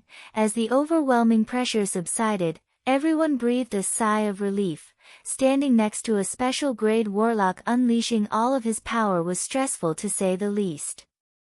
As the pressure subsided, an even sadder atmosphere filled the room. They all knew that Arcturus was dead. "I'll begin the funeral arrangements," Narcissa replied with a cold expression, but everyone could see that the woman was suffering more than anyone else in the room. She had buried too many relatives in one lifetime, her parents, her uncles, her cousins, and now her great-uncle. "I'll help, Sissy." Andromeda wiped the tears from the corner of her eye and spoke, rising from the sofa. She wasn't going to let her sister go through this again alone. Doria also got up and stood next to her mother. Even though she didn't know her mother's family very well, she knew how important they were to her mother, who was so proud to be a member of them. Sirius just picked up a bottle of whiskey and started drinking like never before. His eyes were red, but the man hadn't cried once. He hated it, he hated feeling those painful feelings in his chest. He had been to too many funerals in his own family. He drank to forget the pain, but only an overwhelming emptiness remained in his chest. Tonks had also gotten up from the sofa and gone to help her aunt and mother, who seemed to be suffering so much at the moment. In this sad, desolate and cold environment, only Bellatrix showed an expression of boredom. "Don't you feel sad, Bella? Or the monster inside you can't feel anything?" Sirius drained the bottle of whiskey and spoke, looking coldly at his cousin. A seething anger bubbled up in his chest at the sight of that smile on her face. "Why should I be sad? It's as natural to die as it is to be born." Bellatrix looked at Sirius and spoke in a cheerful tone, as if she enjoyed seeing the look of anger on Sirius' face. You're just an unfeeling monster. Sirius said coldly, his words as cruel as they could be. Sirius. Andromeda and Narcissa looked at Sirius Black in anger. Am I wrong? Look at her, laughing like she thinks the whole situation is funny. Sirius yelled, pointing at Bellatrix, who looked perfectly happy despite the cold nature of Sirius' words to her. She even has a daughter, but she doesn't care about the child. Sirius, completely out of his mind from drinking, pointed at the crying Ophelia and shouted even louder. Daughter? Bellatrix's green eyes fell on the black-haired, red-eyed girl, her disgust so obvious it made everyone's face look ugly. She's just a bastard that I don't even remember existed. She should have stayed in the hole she was made for and never come out. Bellatrix's casual and heartbreaking words made Ophelia's face lose all color. Tears streamed down her face as she stared at her mother in disbelief. Her words continued to echo in her mind, shattering any innocent dreams she had once had. It wasn't just her, everyone looked at Bellatrix with wide eyes. Doria in particular stared at her aunt in shock, even though she knew her aunt was mad, this was too mad. Narcissa approached Bellatrix and slapped her older sister across the face. Pa! The loud, clear sound echoed around the room. Why did you hit me? Holding her cheek, Bellatrix looked unfairly at her younger sister and asked with a hurt look. In her eyes, she hadn't said anything that wasn't true. Bellatrix could imagine that she had slept with Voldemort and become pregnant. When the girl was born, the Dark Lord had probably wiped her memory, leaving her unaware that she had a bastard child. But that was it. If it had been her child with Asterion, she would have loved the child and raised it and taught it everything she knew, but since it was Voldemort's daughter, she didn't care at all, she even felt a deep dislike for the bastard creature. She didn't want to be associated with such a thing. Doria, Tonks, take your cousin to her room. Narcissa spoke coldly and both young women carried the distraught Ophelia out of the room, whispering words of comfort to the girl. We'll talk about this later, Bellatrix. Narcissa said in an accusatory tone. The same look Andromeda gave her older sister. Bellatrix rubbed her cheek, indifferent to the looks she received. If she really cared what others thought of her, she would have taken a rope and killed herself a long time ago. What's going on? Hearing the sudden voice, everyone looked at the door and saw Asterion standing in front of it with a tired and confused expression, noticing the tense atmosphere hanging over the place. Asterion. Narcissa approached him and hugged him tightly, burying his head in her arms. I'm fine, sissy, Arcturus has left this world peacefully and happily. Asterion spoke in a soft tone. Although he was sad inside, he knew that his great-grandfather was truly at peace with his death. Narcissa looked at him, trying to see any signs of madness or anger, but was relieved to see that he only looked exhausted and tired of the whole situation. What happened? Asterion asked again as he left Narcissa's warm and comforting arms. The atmosphere was too hostile for a wake. Humph. Bellatrix acting like Bellatrix. Narcissa muttered, unhappy with her older sister's harsh and cruel words. Asterion asked no more, he had a good idea what had happened, especially with Ophelia on the scene. As he imagined, his cousin did not react, or rather, did not react in a friendly way to her newfound daughter. I have something to do, I'll leave everything to you, sissy.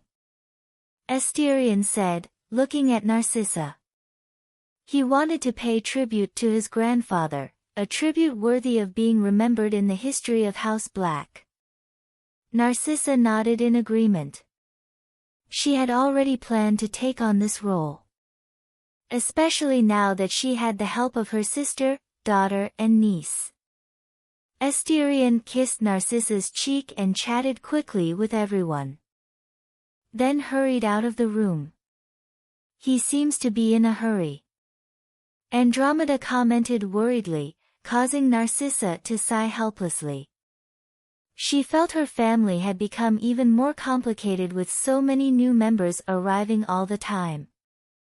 At the entrance to the manor, Asterion looked at the statue of his ancestor Corvinus Black and waved his hand. Baskerville appeared and placed the statue in the room where he kept all his things. Asterion nodded in satisfaction and quickly made his way to his secret laboratory, one of the most secure rooms in the entire mansion, which had previously been Corvinus' own bedroom. Once there, Asterion locked the secret passage by activating the mechanism and ordered Baskerville to place the statue in the middle of his laboratory. The whole laboratory looked very modern, very different from an orthodox witch's laboratory. Asterion preferred it that way. Modern tools were much better than the antiques the wizards used. One of the most important people to me died today. I used you as a tribute to him. Asterion commented calmly, looking into the statue's eyes. The day God was born in this world. Chapter 162 First Phase of God's Creation Plan, 2, Inside Asterion's Secret Laboratory. If asked what the main difficulties were in creating a god, Asterion would answer simply and coherently, two things: energy and information. There were other things, but these two were the most important. Other issues could easily be overcome if the issue of energy and information could be successfully addressed. After all, the amount of energy required to create an omnipotent, omniscient, and omnipresent being could not simply be described as energy. Asterion theorized that even if he used 10,000 stars, he wouldn't be able to create a being like he wanted. Fortunately, magical energy was naturally stronger than any other energy in the universe. That meant he wouldn't need 10,000 suns, just one giant sun of magical energy. The second difficulty was information. As we already know, Asterion created cursed spirits with melodies, so the question arises, what does an all-powerful melody look like? The amount of data that Asterion had to process and use to create such a melody was beyond human parameters.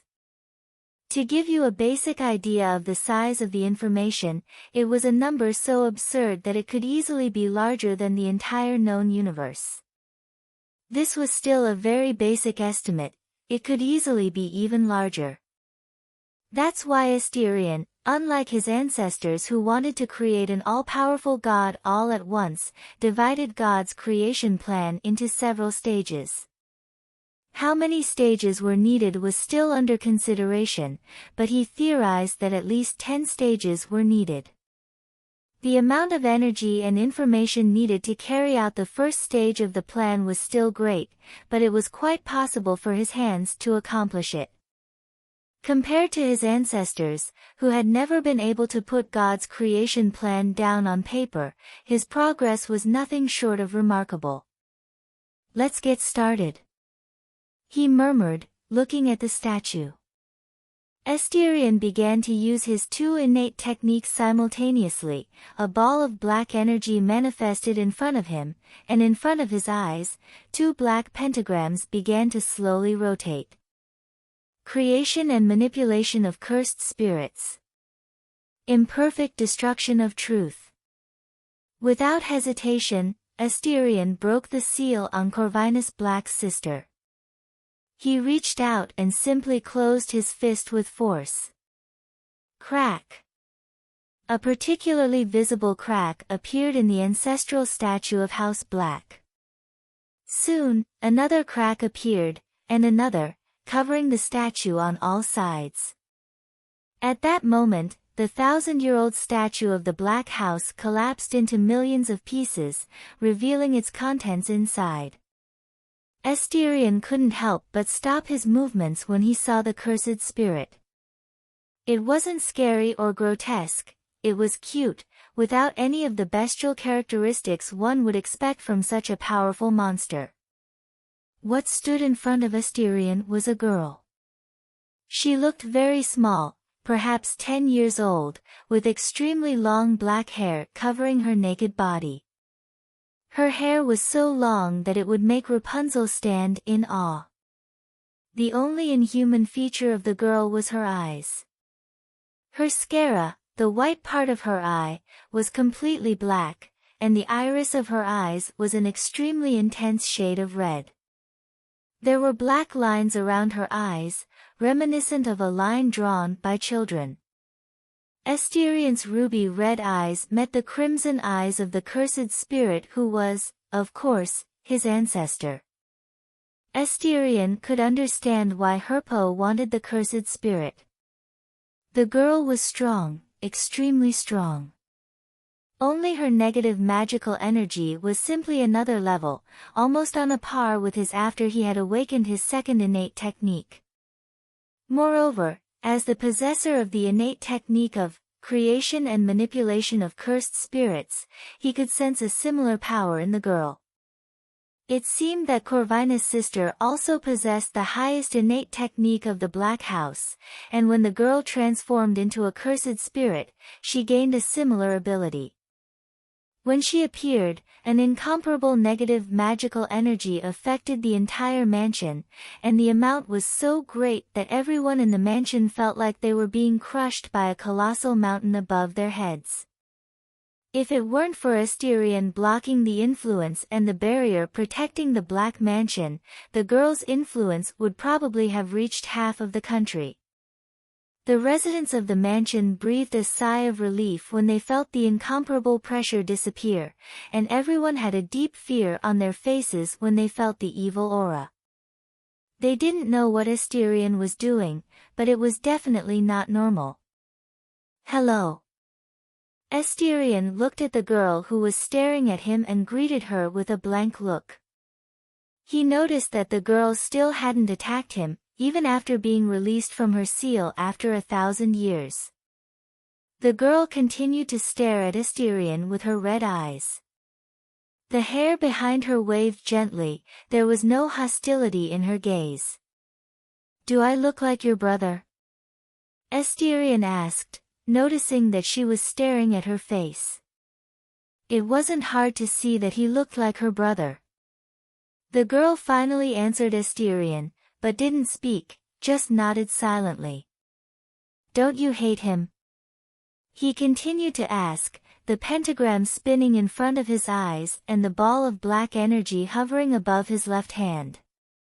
The girl shook her head gently. "It seems there are moments of lucidity and madness." Asterion thought as he analyzed the girl with his second innate technique. But he quickly grasped the heart of the matter. Although Corvinus Black had turned his sister into a cursed spirit, he didn't exorcise her, nor did he control her. Instead, he allowed her to live freely. This explained why Corvinus had to seal her away at the end of his life. He was already old and could no longer control his sister with the strength of his hand. From the very beginning, he had never truly controlled his sister, perhaps out of guilt, but Asterion had no interest in that. "I want to use you." Asterion spoke his purpose directly, his eyes looking into the girl's. The girl seemed genuinely confused by his words. "I want to fulfill my dream and the dream of your brother. To create a god to cleanse this world." Crouching down to the girl's eye level, he spoke in a calm voice. "To do this, I will have to strip you of your body and blood. In the end, you will be reborn as a goddess." The girl blinked a few times and stared at Asterion, who waited in silence for her decision. If she accepted, the process would be much easier, but if she refused, he was ready to exorcise her little ancestor and use violence against her. The girl didn't respond to Asterion's words with words, but with actions. She approached him, wrapped her arms around his neck, and obediently rested her head on his shoulder, quietly looking off to the side. It seemed that, in her silence, she supported his plan, or rather, the plan of her late brother. Asterion didn't know if she had accepted for his sake or for Corvinus, but it didn't matter anymore. He held the cold little body in his arms and gave the girl a gentle smile. Getting up, Asterion walked over to the table in the middle of the lab. Before placing the girl on it, he transfigured the sheets and pillows and gently placed the girl on them. He smoothed her hair as perfectly as possible and gave her a satisfied look, seeing that she seemed comfortable for the moment. "I will begin, Ancestor." Asterion kissed her forehead gently and stroked her hair. The girl blinked a few times, looking comfortable with the kiss on her forehead and the caresses in her hair, and nodded silently. Asterion took a deep breath, trying to calm down and focus on the moment. Let's get started. Chapter 163, First Phase of God's Creation Plan, 3. Looking at the girl lying among the pillows and sheets, Asterion extended both of his hands and closed his eyes. He began to use his two innate techniques. Let's begin. Opening his eyes quickly, Asterion exorcised the girl without any hesitation. However, the process did not proceed as it did with other cursed spirits. His little ancestor was extremely powerful. If she hadn't allowed it, he would have had to weaken her first before exorcising her. But since she had permitted it, he exorcised Corvinus's sister without any difficulty. Throughout the entire process, her red eyes stared at Asterion with an emotionless, silent gaze. Even as her body disintegrated, she continued to look at him as if she wanted to remember his face forever. Her entire body transformed into a red orb, resting calmly in Asterion's hands. He looked at the orb for a moment and threw it into the sphere of darkness before him. When the red orb came into contact with the sphere of darkness, it melted like ice under a scorching sun. A massive amount of negative magical energy accumulated within the sphere of darkness. A trace of magical energy escaped from the sphere and reduced everything around it to mere ashes, revealing the absurd amount of negative magical energy that Corvinus's sister possessed. Asterion's face grew solemn. Controlling such a large amount of energy was not to be taken lightly, especially when a mistake could cause everything to explode in the blink of an eye. He assumed that if there were an explosion, not only would the entire surrounding city be destroyed, but a third of England would be reduced to mere ashes. This, without considering the natural disasters that would follow the explosion. Hundreds of millions of people could die. Taking a deep breath, Asterion focused intensely and began to compose the melody. A melody he had simulated tens of millions of times in his mind. A dignified, supreme, and above all, mutable melody. It was hard to describe something meant to simulate omnipotence, but Asterion could only imagine it sounding like an angelic choir with billions of angels singing at the same time, or better yet, billions of fallen angels and demons singing simultaneously.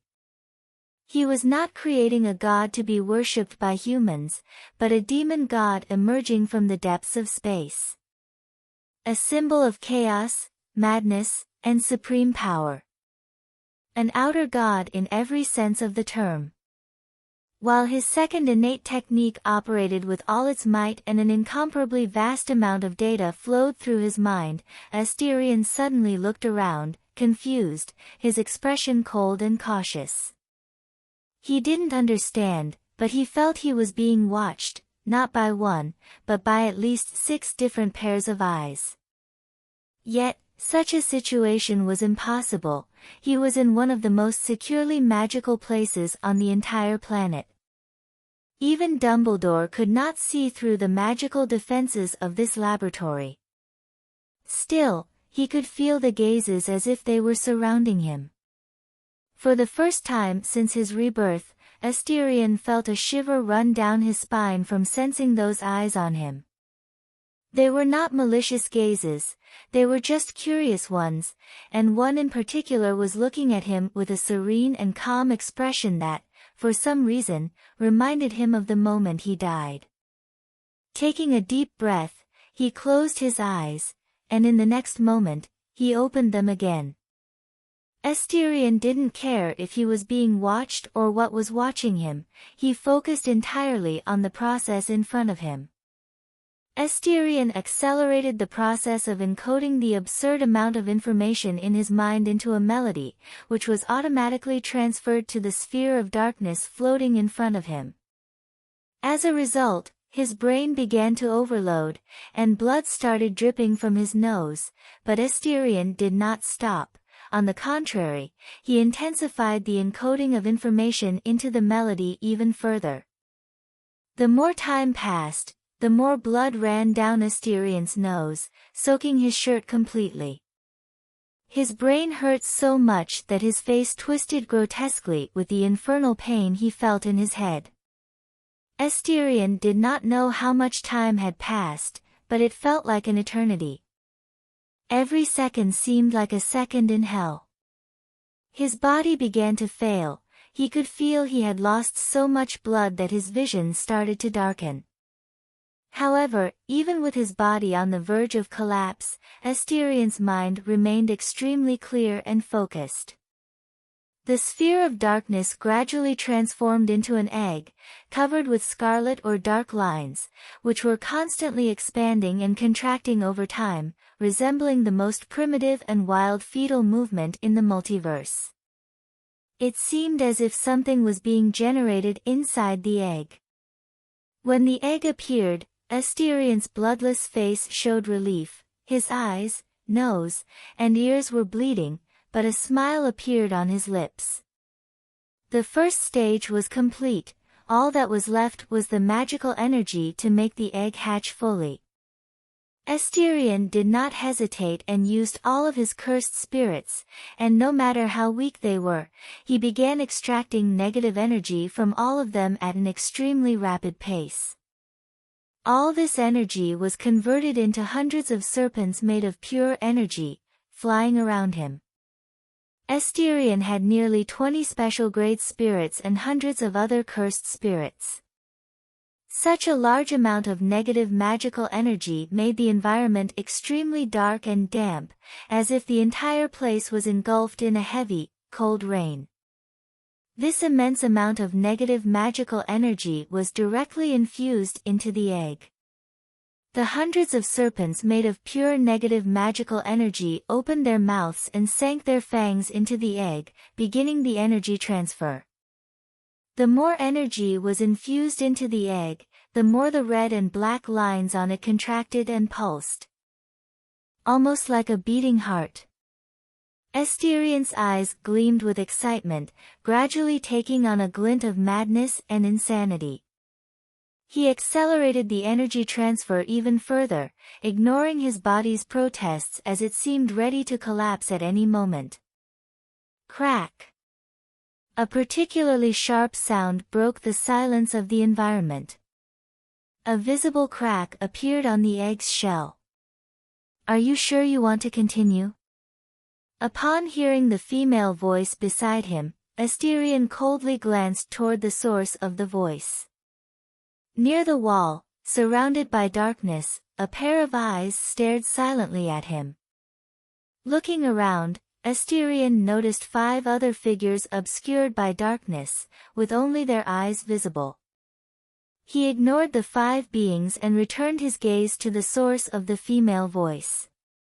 His voice was so cold that it caught the attention of all the beings present in the room. "I don't know what you are, and I don't care what you think. If you interfere, I will kill you." He didn't know who or what they were, but Asterion didn't care. If they meddled at such a delicate moment, he wouldn't care about his own safety and would start a massacre. The woman shrouded in shadows looked at Asterion silently, not bothering to respond, her eyes turned back to the egg. "He's brave to speak in such a tone with his elder sister," Asterion heard one of the beings whisper, but he didn't care, his focus was entirely on the egg. The crack had expanded by then, covering the entire egg, and a loud, powerful heartbeat could now be heard. Crack. With a loud, clear sound, the entire shell of the egg exploded all at once. Chapter 164 First Phase of God's Creation Plan 4. When the egg exploded, particularly dark clouds gathered in the sky all over the planet.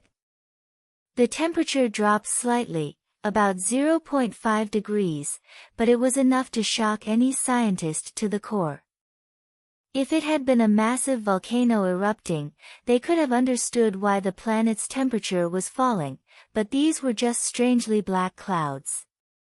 Some sensitive people suffering from depression, along with other superstitious individuals, saw this as a vision of the end of the world and took their own lives, jumping from buildings, hanging themselves, or shooting themselves, believing they were escaping the approaching apocalypse. It didn't happen in just one country, but in several around the world. All the negative feelings seemed to take shape as a serpent and flew in a specific direction. In Greece, a man with Middle Eastern features looked up at the sky with wide eyes. Then, he laughed so hard that his calm and serene demeanor shattered. As he stopped laughing, he wiped tears from the corners of his eyes and murmured to himself, "Dreams really can't be killed. Whether there's a hell or a heaven, you must be happy, Corvinus." At the Black Mansion, the scene was even stranger. It seemed that the entire mansion was covered in a deep, cold darkness. The garden, the roses, the entire mansion was encased in a layer of ice about a meter thick. In Asterion's secret laboratory. "I have to say, it's a freak of nature," one of the 6 beings spoke calmly, observing the figure that had emerged from the egg. Its eyes were a blend of yellow and red, a color reminiscent of magma. "Why not? It will be fun in the near future." Another being with multicolored eyes spoke in a feminine voice, full of excitement, as if she feared the world might be too peaceful for her. "Everything has the right to be born, no matter what it is," the being they called Big Sister looked at Asterion and gently nodded her head. After saying this, she glanced at Asterion once more and let out a tired sigh. Although she had said those words, she knew she still had more work to do, which made her look at him with a touch of resentment. But just one resentful glance from her made Asterion's body shiver from head to toe. He felt as if he were trapped inside an ice cave. Suddenly, a pair of thin arms wrapped around Asterion's neck, and all the coldness disappeared in her embrace. All 6 beings raised their heads and saw a girl with extremely long hair floating in the air. A sacred yet demonic aura emanated from her body, a goddess and a demon goddess, a being with 2 faces. She held him in an embrace from behind, resting her face peacefully on his shoulder, her red eyes staring coldly at the 6 beings. Shub-Niggurath. A name escaped Asterion's lips as he felt the arms around his neck, the small body pressed against him. This made him smile, he had never smiled so happily before. He wanted to laugh out loud but held back, for he was not alone. As the name was spoken, the space around them rippled violently.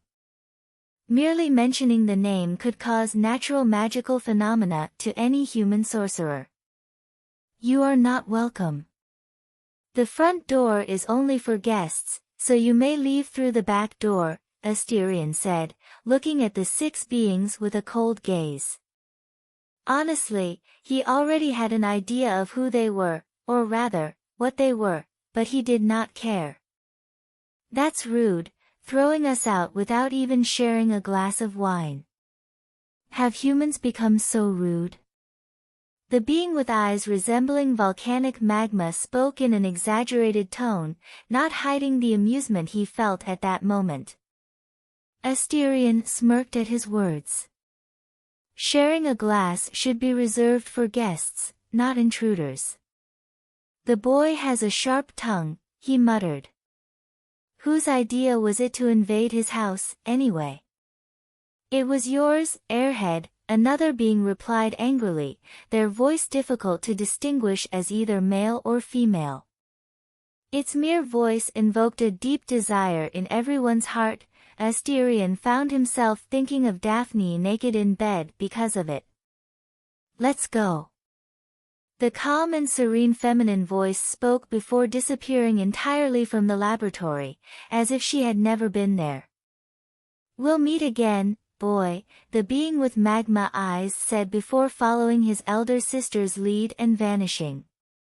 The being with multicolored eyes looked at Asterion and Shub-Niggurath with joy, waving at them before disappearing with the others, finally leaving Asterion alone. The moment they vanished, Asterion's face grew even paler, and he fell to his knees, gasping for air.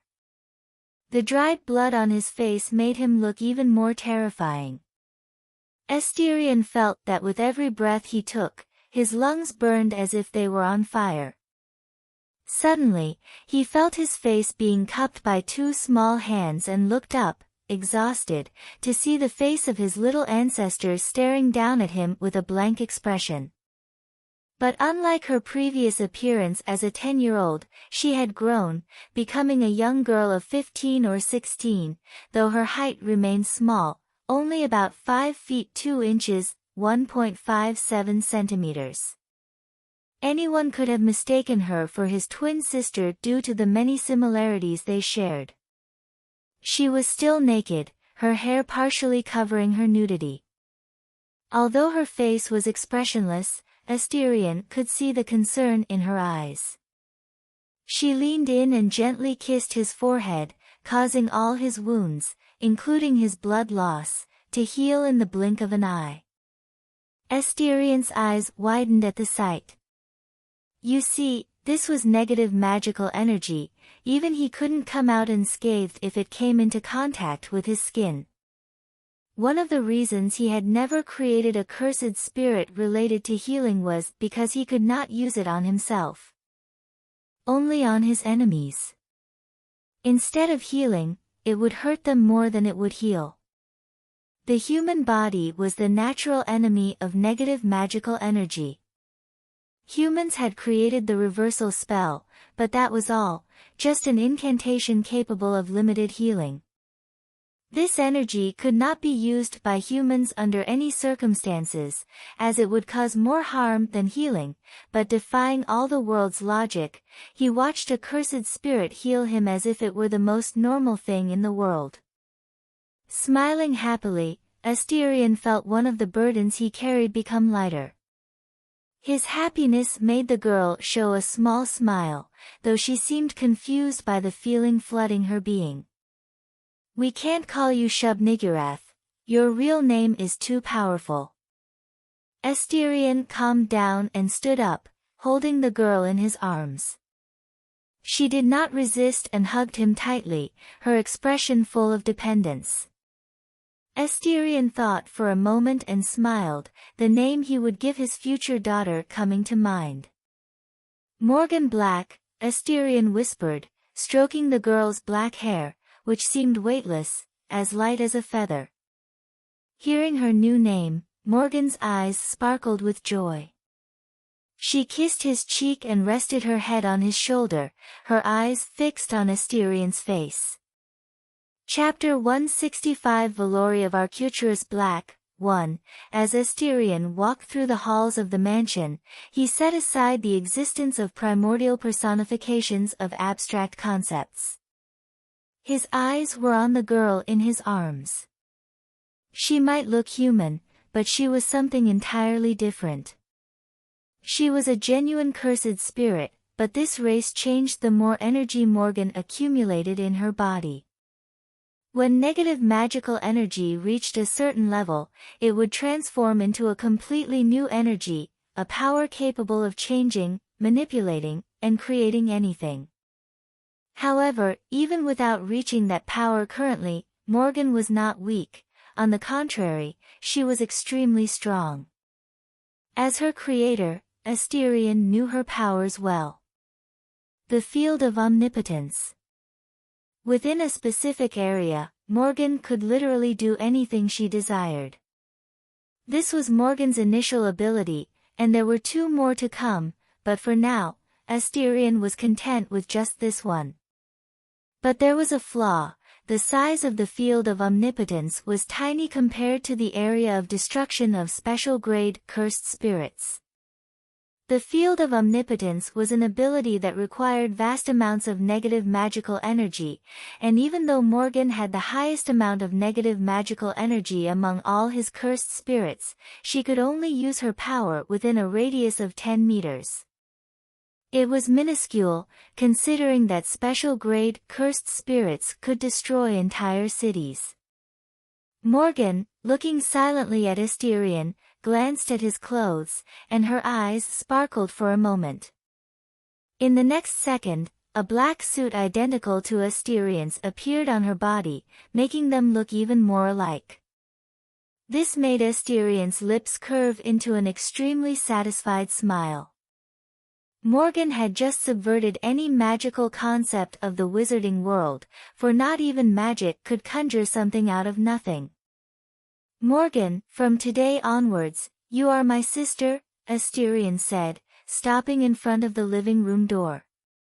He looked at the girl in his arms and gently set her down on the floor. Morgan nodded and clutched Asterion's clothes with an expressionless look, her red eyes fixed on his face. Asterion knew Morgan could speak, she simply didn't want to at the moment, something he respected. Smiling at her, Asterion opened the doors. A beautifully decorated room with sofas and a fireplace appeared before him. Asterion saw Sirius drinking as if there was no tomorrow. His grandfather's death had shaken the man more than he would like to admit. Not that Asterion wasn't grieving, but his mourning was silent. He did not have the privilege Sirius had to appear weak in front of his enemies. Besides Sirius, Bellatrix was lying in a most inelegant position for a woman on the sofa, staring distractedly at the ceiling. But Asterion knew Bella was suffering, in her own way, a strange way, but that was who Bellatrix Black was. When Asterion entered, Sirius didn't even bother to look, but Bellatrix glanced over casually. However, seeing someone next to her master, her eyes widened in shock at the scene before her. What did she see? A female version of her master. Bellatrix straightened up on the sofa and stared at the girl with a confused look. Given the tremors and the terrifying aura that had enveloped the mansion just a few minutes earlier, she had assumed that her beloved master was creating an immensely powerful cursed spirit to honor Arcturus. But, looking at the girl, Bellatrix began to doubt her thoughts. She couldn't feel a trace of negative magical energy from the girl beside Asterion. This convinced her that the girl was not a cursed spirit. Of that, she was certain as the bearer of the Black House's simplified technique. Bella, this is Morgan Black, my sister. Asterion pointed to Morgan beside him and spoke directly, causing Bella's eyes to widen in surprise. Even Sirius, who was drunk, looked at Asterion with confusion. When had the Black House gained so many descendants suddenly appearing every year? Could it be that he had some children he still didn't know about? He shook his head. He was sterile due to the inbreeding in his family. He couldn't have children, even potions couldn't fix such a severe flaw in his DNA. Another reason he had given himself to drink until he was unconscious. Sirius shook his head and drank the rest of the whiskey straight from the bottle in one gulp, finally collapsing unconscious on the sofa. Just before losing consciousness, Sirius muttered to himself, "You old fool. At least my father and brother will have company in hell. You arrogant, racist, cold old man.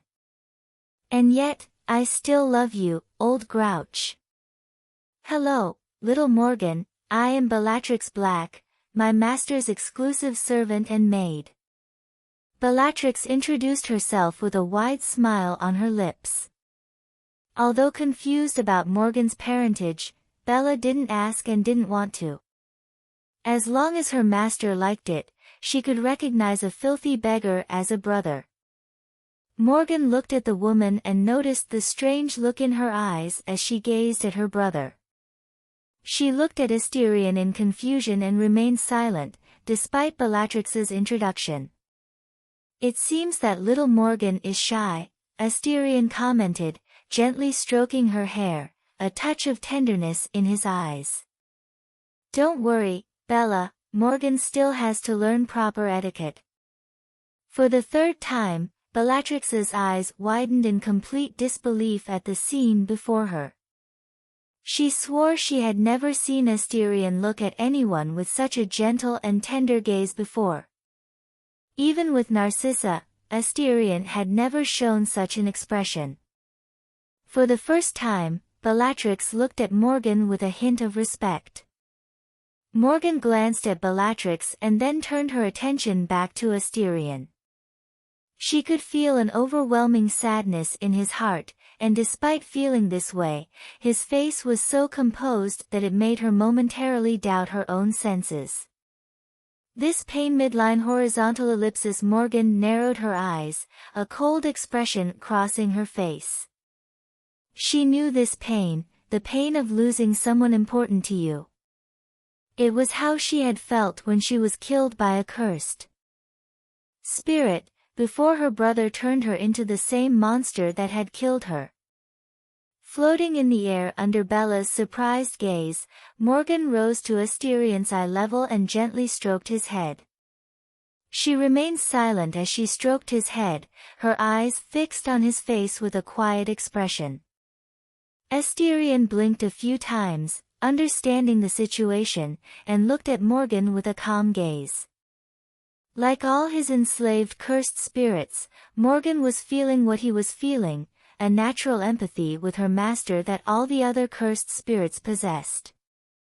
Raising his arm to stroke her hair, Asterion smiled gratefully and said, "I don't need comfort, Morgan." Morgan looked at Asterion in confusion, his words puzzled her, but she narrowed her eyes with pleasure at the feel of his hand on her head. Nodding, she descended to the floor again and held onto Asterion's clothes once more.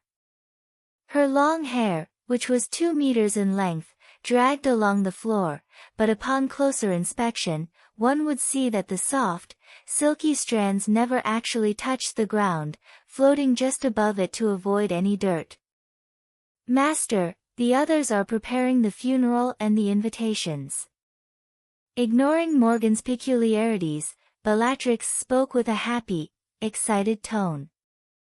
Asterion looked calmly at Bellatrix, listening to the cheerful tone in her voice, but remained silent about it. He knew that, like him, this was her way of grieving.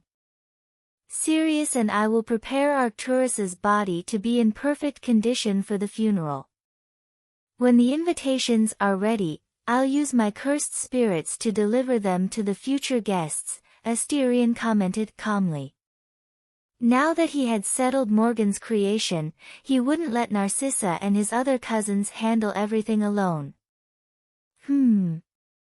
Bella nodded but pointed at Sirius. "The little doggy drank 5 bottles of whiskey. I'll be surprised if he wakes up tomorrow." Asterion looked at the unconscious Sirius on the sofa and the glass bottles scattered on the floor with a helpless expression.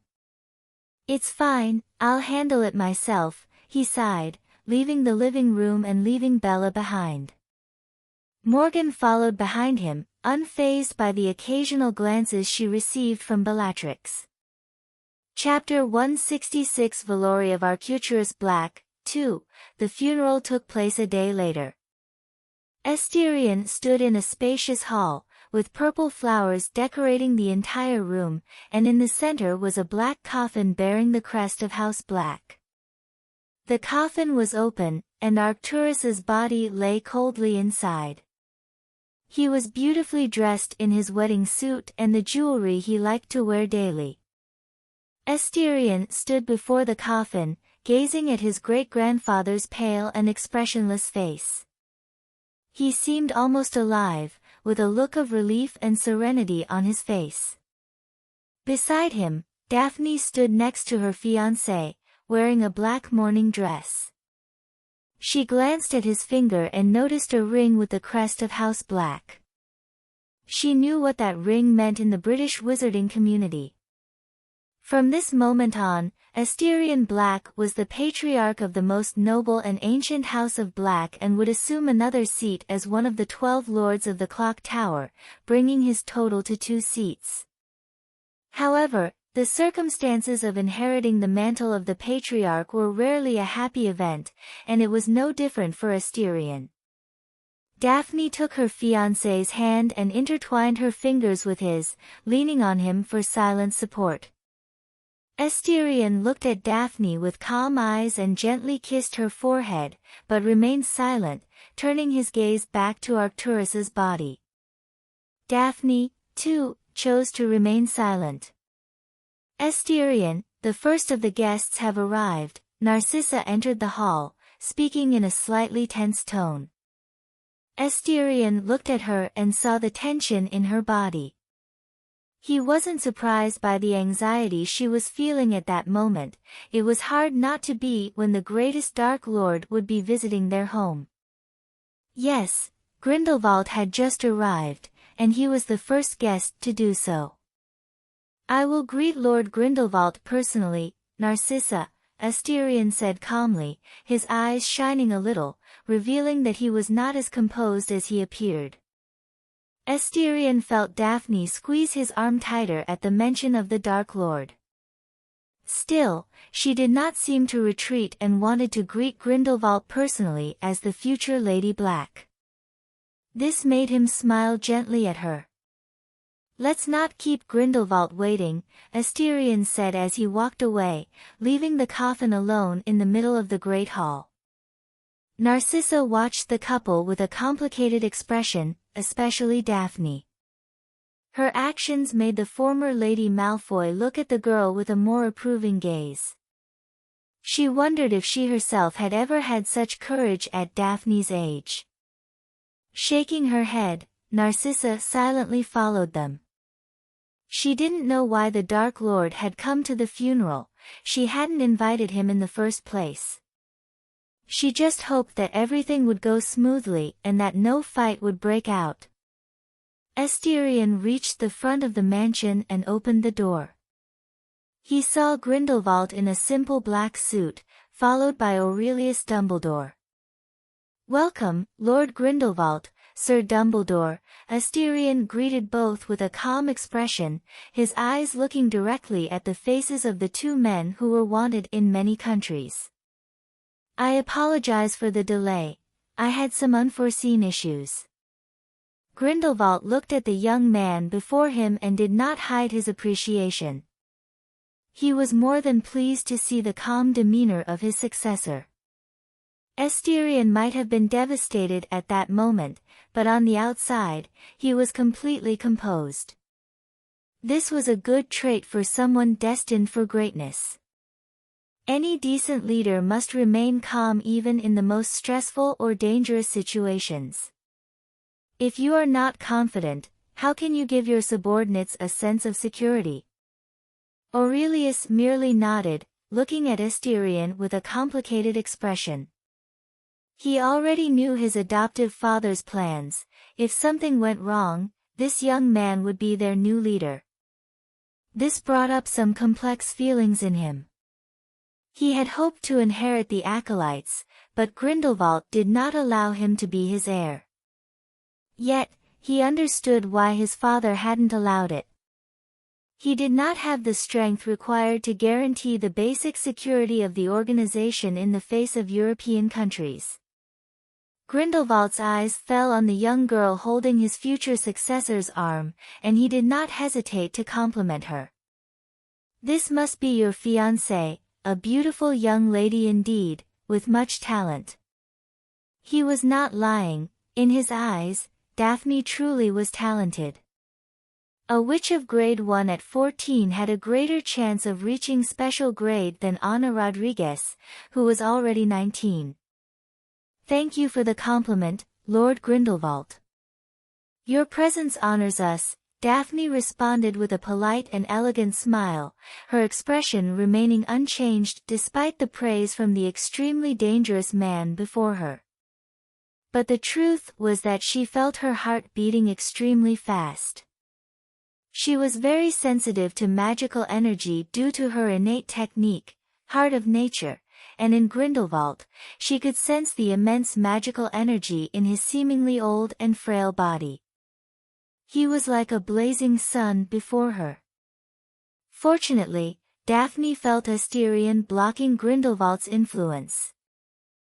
Or she would have been pale with fear and shamed all of House Black, something she would never allow herself to do under any circumstances. "Let's go inside," Asterion gestured for both men to enter the mansion. As soon as he entered, Grindelwald quickly noticed the absence of the ancestral statue at the entrance of the mansion. Earlier, he had sensed that the statue acted as a seal, binding an extremely powerful cursed spirit, but now the statue was gone. Grindelwald looked at Asterion and concluded that he had exorcised and enslaved the cursed spirit that had caused Corvinus Black's death. No longer concerned, Grindelwald followed Asterion into the great hall, where his eyes soon fell on the coffin in the center of the room. He approached and looked at the body of the beautifully dressed man. Grindelwald had no strong feelings for the man in the coffin, but he respected him. Not just anyone could politically stand against Albus Dumbledore, but Arcturus Black had done so for 50 long years. That deserved his respect. "Arcturus, I must thank you for teaching dignity and respect to your great-grandson. He will be my successor, taking this world to a level no other wizard has ever reached," Grindelwald murmured in a voice only he could hear, placing a hand on his chest and bowing slightly. His actions caused everyone present to look at him in surprise. No one would have expected the Dark Lord to greet Arcturus in such a way. Just as Asterion was about to speak, he turned and looked toward the mansion's entrance. There were 2 other magical energies that had reached special grade. He could recognize both familiar auras. Dumbledore and Rose.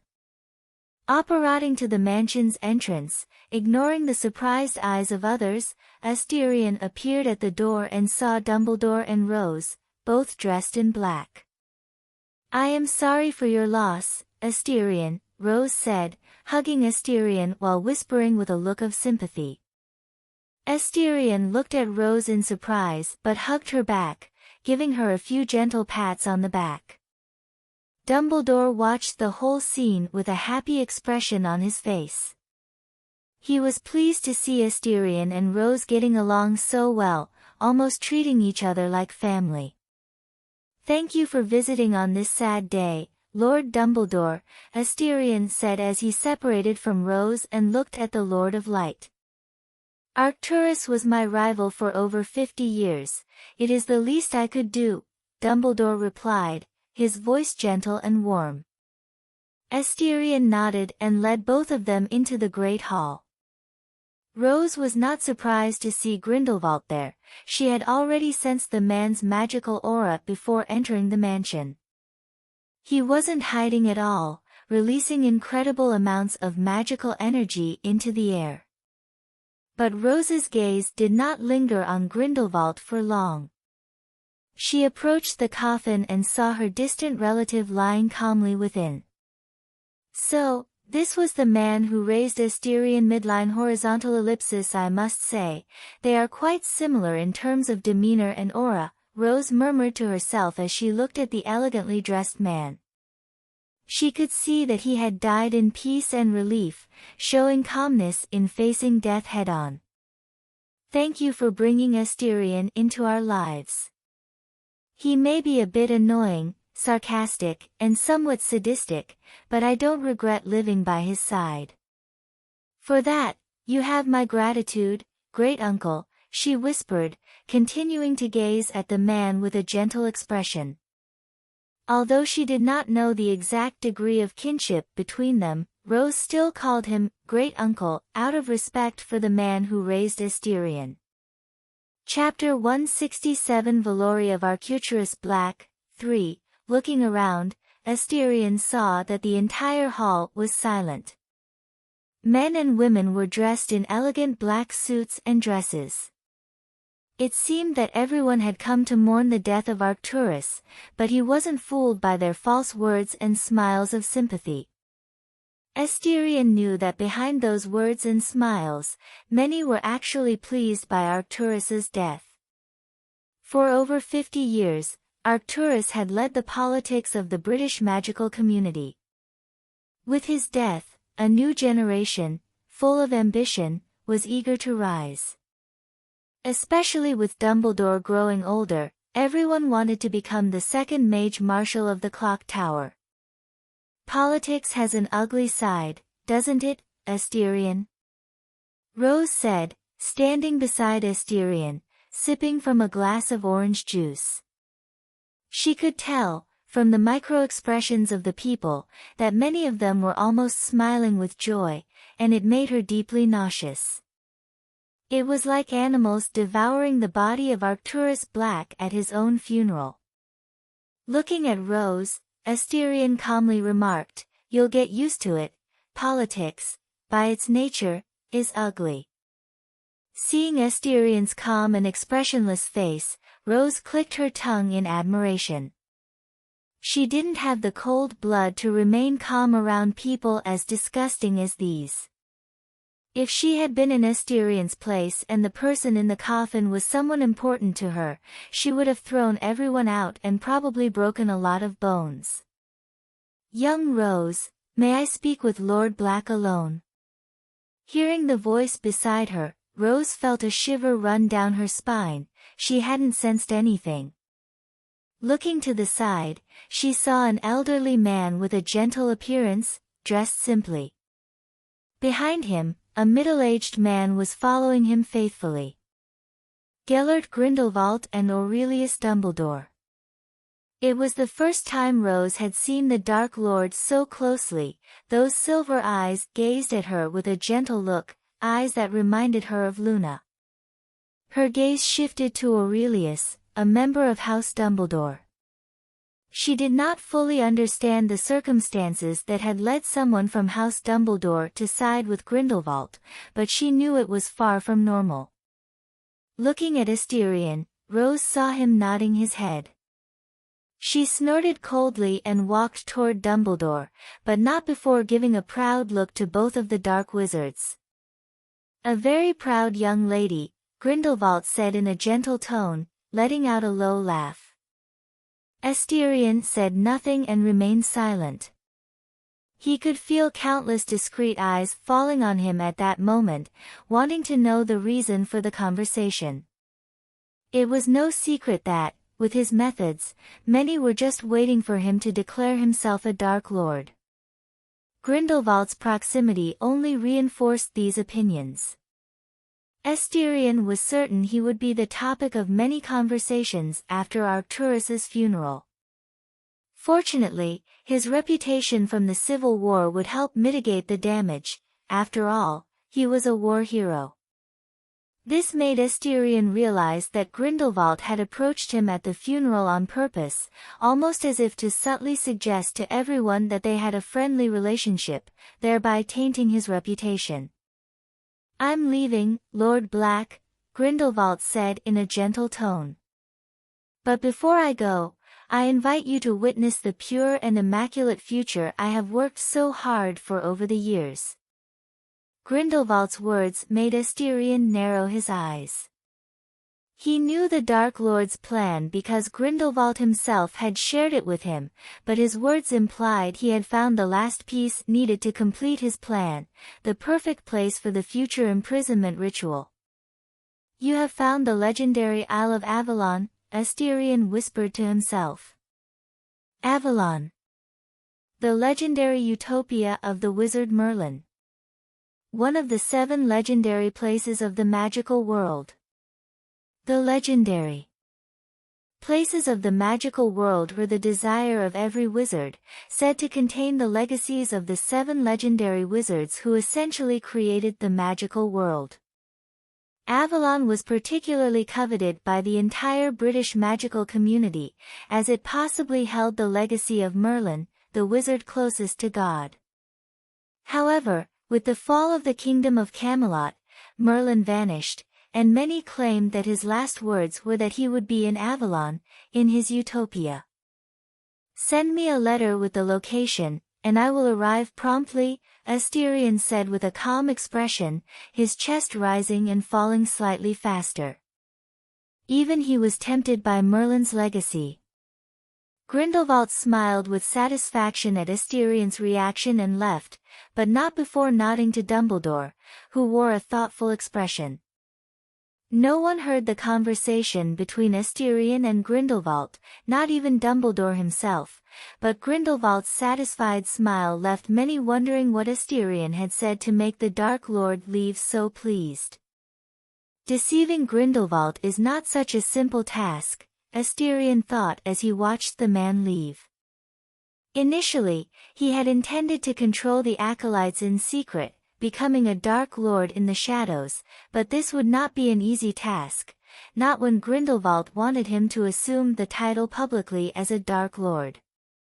But becoming a Dark Lord was not something he desired, especially when his reputation would affect not only himself but everyone around him. He was not like Grindelwald, who stood alone, he had responsibilities and duties. Letting out a sigh, Asterion stopped thinking about it and refocused on the funeral. However, he sighed again when he saw the old man wearing a very outdated black robe approaching him with a gentle look. "Lord Black, my condolences. I greatly admired your great-grandfather. He was a man of exemplary character," Dumbledore said with a sad and understanding tone, trying to comfort the young man. "Exemplary character. Are we talking about the same Arcturus?" Asterion almost let out a few sarcastic remarks at Dumbledore's words. If there was one thing Arcturus was not, it was a man of exemplary character.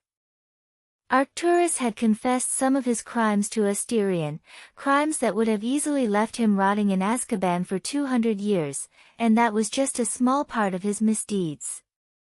Arcturus Black did not have an exemplary character. On the contrary, in the eyes of the law, he was a murderous monster who should have been locked up long ago, with the key to his cell thrown away forever. Looking at Asterion's calm face, Dumbledore spoke in a gentle tone. "I know how persuasive Gellert can be, Lord Black.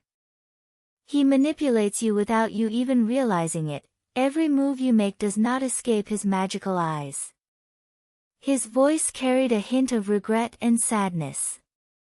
Asterion wanted to laugh at Dumbledore's words, but he held back, given that he was at Arcturus's funeral. It was the most ironic thing in the world to hear Dumbledore lecturing on manipulation when he himself was more of a manipulator than Grindelwald, who could see the future. "I don't understand what you are talking about, Mage Marshal." "Lord Grindelwald merely offered his condolences on the death of my great-grandfather," Asterion said, taking a sip of the wine from his glass before changing the subject. "But let's talk about something else. How is the investigation into the traitorous member of the Hogwarts Council going?" he asked, looking directly into Dumbledore's eyes. Asterion had not forgotten that he was involved in a conspiracy. His own participation in the International Magic and Witchcraft Tournament was part of a conspiracy, one whose purpose he still had no idea about. Dumbledore shook his head and spoke with a regretful tone. Robert Crouch was found dead. Rufus concluded it was a suicide. Suicide? Asterion showed a sarcastic smile upon hearing about the death of a member of the Hogwarts Council. He believed more that Robert Crouch was under the Imperius curse and was forced to kill himself than that he had actually committed suicide. Chapter 168 Valori of Arcturus Black, 4. I think we agree that it wasn't a simple suicide. Asterion spoke in a slightly cold tone. He didn't think someone like Robert Crouch would commit suicide. People with a hunger for power feared death more than anything else on this planet. Dumbledore smiled and fiddled with his glasses, his blue eyes narrowing with a hint of amusement. It really had been a long time since anyone had dared to manipulate him. Even though whoever is behind the conspiracy hasn't been found, they've forgotten that I know everything that happens at Hogwarts. Strangely, according to the animated portraits, Robert had entered a certain room, which he left only the next day with a very satisfied smile. The headmaster of Hogwarts spoke, his voice full of amusement and interest. Another member of the Hogwarts Council, I presume. Asterion said after hearing the man's words. At this point he already had an idea who Robert had visited, and Dumbledore's next words only confirmed his suspicions. Dumbledore nodded and smiled. Veruca Buckthorn snide. That arrogant bitch. Asterion sneered when he heard the woman's name. At that moment, he already knew who was behind this conspiracy. This organization called R was infiltrated before the ministry was dissolved. Asterion spoke, his lips curving into a slightly murderous smile. Since they dare to plot against us, they must have the support of the lesser noble houses, especially those that were left out of the sharing of interests.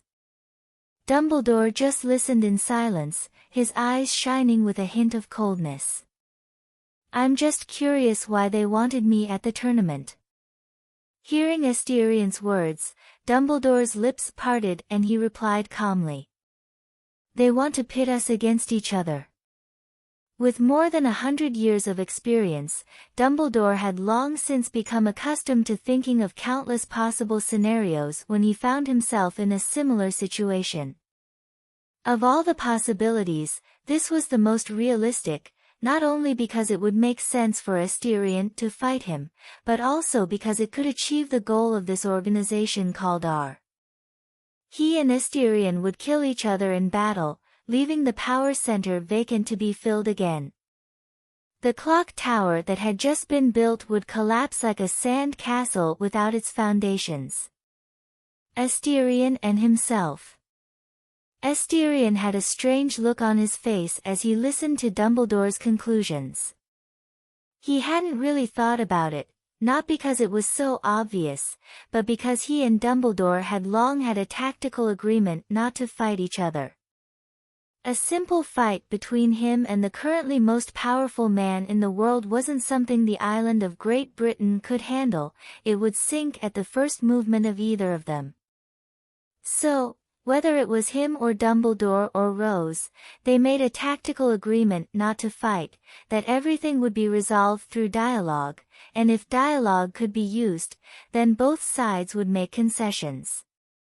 Each would take a step back.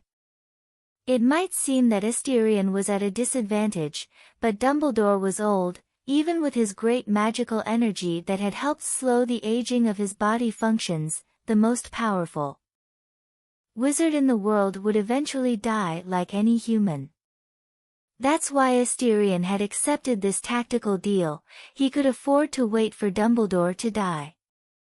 This deal was good for both sides, and when Dumbledore finally died, Asterion would be free to complete his plans without further complications. I want to torture Veruca Buckthorn-Snide to extract information from her. Let's dig up this cancer once and for all. Asterion spoke with a terribly cold tone. He was in a very bad mood about Arcturus' death. Someone had to bear his wrath. And unfortunately for Veruca, she would be the target of his wrath. Dumbledore wasn't surprised by his words and nodded silently. He hadn't competed with Asterion to torture someone. He wasn't that kind of man. He preferred a more elegant and less brutal method. Mental torture. She's already locked up in the Hogwarts dungeon. Dumbledore spoke in a soft tone as he calmly walked away.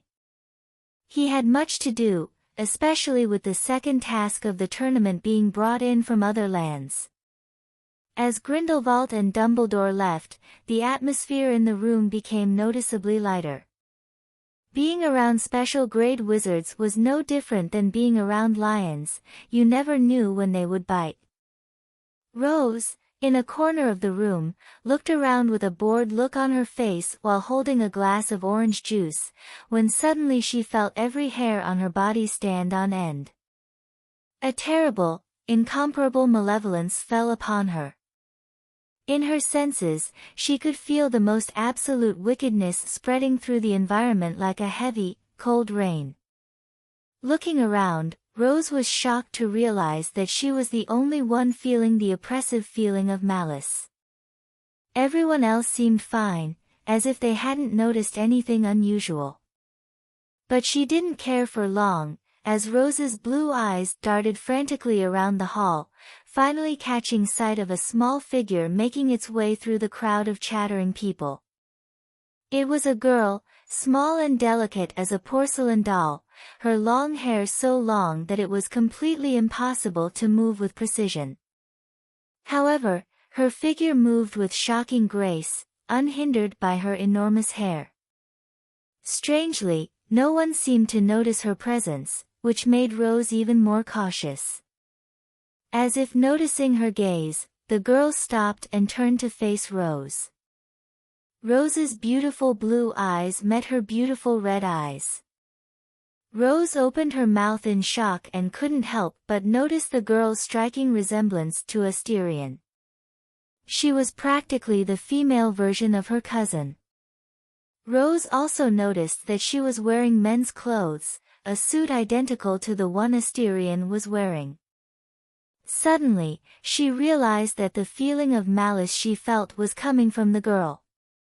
This made Rose's eyes widen as she discovered something incredible with her 6 eyes. The girl in front of her wasn't human. That wouldn't be a problem. After all, there were many intelligent races like Velas, elves, and goblins, but this girl was a cursed spirit. Yes, the girl was a cursed ghost in human form. It was the first time she had ever seen a spirit in full human form. However, the negative magical energy in that small body made Rose look cautiously at the cursed spirit that possessed the form of a 15-year-old girl, albeit a very small one. Rose took a deep breath and looked accusingly at Asterion, who was drinking and talking to people with a calm expression on his face. Every wake was more like a party than a wake. Suddenly, she saw the cursed spirit appear behind Asterion, holding his clothes with an inexpressive look, confirming her suspicion. However, the scene that followed made Rose's eyes widen as Asterion smiled gently and rubbed the cursed spirit hair lovingly. It was the first time she had seen Asterion so kind, but his kindness was directed at a cursed spirit. What in Merlin's name is going on here? Rose muttered to herself with an extremely confused look on her face. Chapter 169 Torture and Secrets 1. After the wake, Asterion stood behind a desk and looked at the pile of papers with a grim expression. The pile of papers was at least 30 centimeters high, with at least hundreds of sheets, if not thousands. He finally understood the popular saying, "Only one who takes care of the house knows the cost of maintaining it." The cost of maintaining the Black Mansion each month alone was enough to support tens of thousands of ordinary families. To maintain this high cost of living, House Black owned many industries in Diagon Alley and many places in Britain, which, in turn, cost a lot of money to maintain and support. Why is it so difficult for ordinary people to get rich in the wizarding world? This is easy to explain.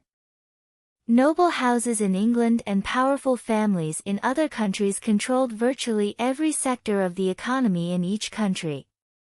By creating individual monopolies, they made it virtually impossible for ordinary people to get rich like in a normal society.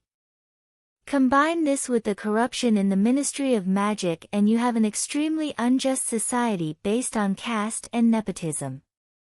Every piece of paper in front of Asterion was a report, compiled by Narcissa, of all costs and profits at the end of each month and year.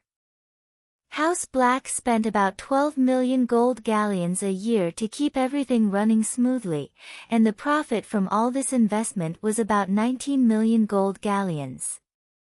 Frankly, it was an amount that hardly any family could spend in a lifetime, but of that 19 million, 12 million was simply reinvested, creating an almost perpetual cycle of profit, and all the rest, which was about 6 million, was kept in the black vaults in Gringotez. From the above profit, you can imagine how much money House Black has accumulated in its 1,000 years of existence. Of course, wizards didn't spend as much in the old days as they do today, but it was such a large sum that Asterion could shake England's economy to its core if he wanted to. That was just House Black. Other noble houses, even if they didn't come close to House Black's fortune, still had very large fortunes. One of the reasons Dumbledore never attacked and exterminated these parasites that fed off the land. Wiping out the noble houses would probably only lead to the worst economic crisis any country in the world has ever faced. Not to mention the international damage, since England was also a major importer in international trade. Leaning back in his chair, Asterion stroked his forehead and let out a heavy sigh of fatigue, admiring Arcturus even more for taking care of House Black on his own for so long. Seeing Asterion's condition, Narcissa spoke in a gentle tone. "Asti, you don't have to force yourself, I usually do that, you just have to concentrate on your studies." Asterion rolled his eyes at her words. Narcissa not only worked as his secretary in the clock tower, but also took care of House Black's finances. You could say the woman worked more than 8 hours a day. Knowing this, Asterion couldn't leave Narcissa as overworked as before. It was too cruel and unfair, even if Narcissa didn't seem to mind. "Sissy, ask Andromeda if she would like to be hired to help with House Black's finances." Asterion spoke in a calm tone. He couldn't just hire anyone to help with the finances, it had to be someone he could trust, and Andromeda fit the bill. After all, it was an astronomical sum, and when it came to money, you can never underestimate human greed. Narcissa was surprised, and after some thought she nodded with a smile on her lips. "I'll talk to her." Narcissa spoke in a slightly excited tone. The idea of working with her sister seemed more than ideal in her eyes.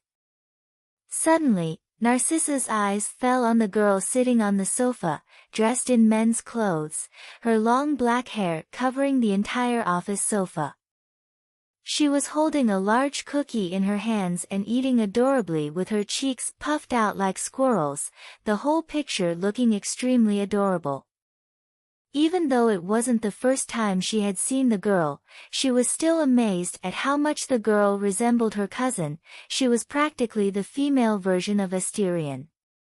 Narcissa didn't ask about the girl's origins. Asterion was the lord of House Black, no longer the child she had cared for and loved as a young girl. She couldn't question Asterion like she had before. "Asti, is Morgan going to Hogwarts?" Narcissa asked, looking away from the girl and towards Asterion behind the desk. Yes.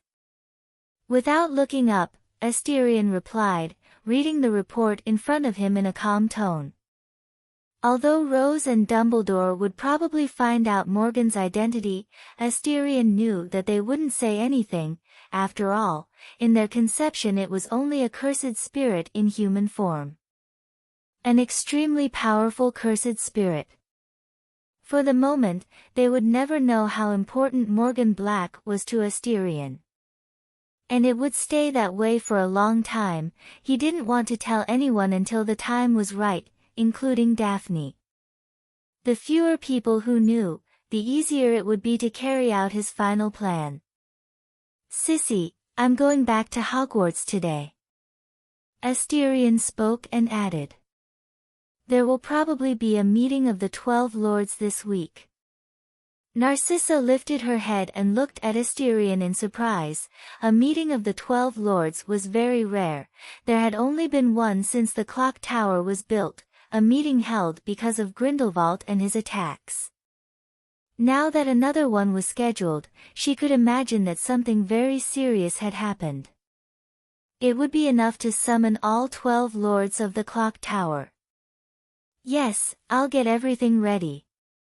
Narcissa nodded and spoke in a serious tone.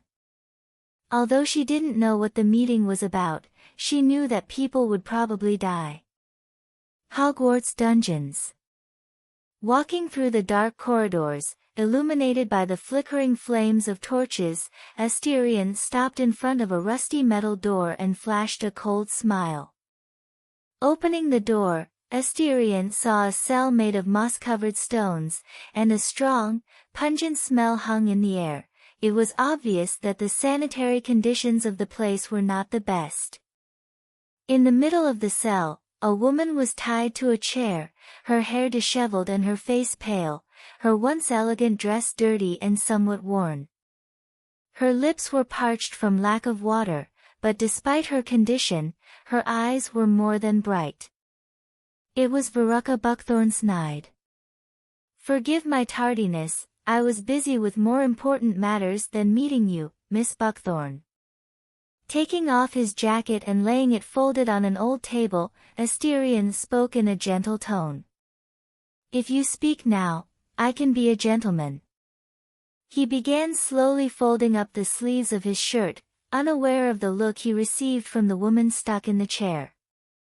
"What an honor to have the great Asterion Black torment me in person." A hoarse but still proud voice escaped the woman's parched lips. Asterion couldn't help but smile, seeing the woman's pride still strong despite the circumstances. Although he didn't understand why she was so proud, maybe it was because she was a high-ranking member of a secret organization, but he didn't care. "Sorry, I don't give autographs, especially to my enemies."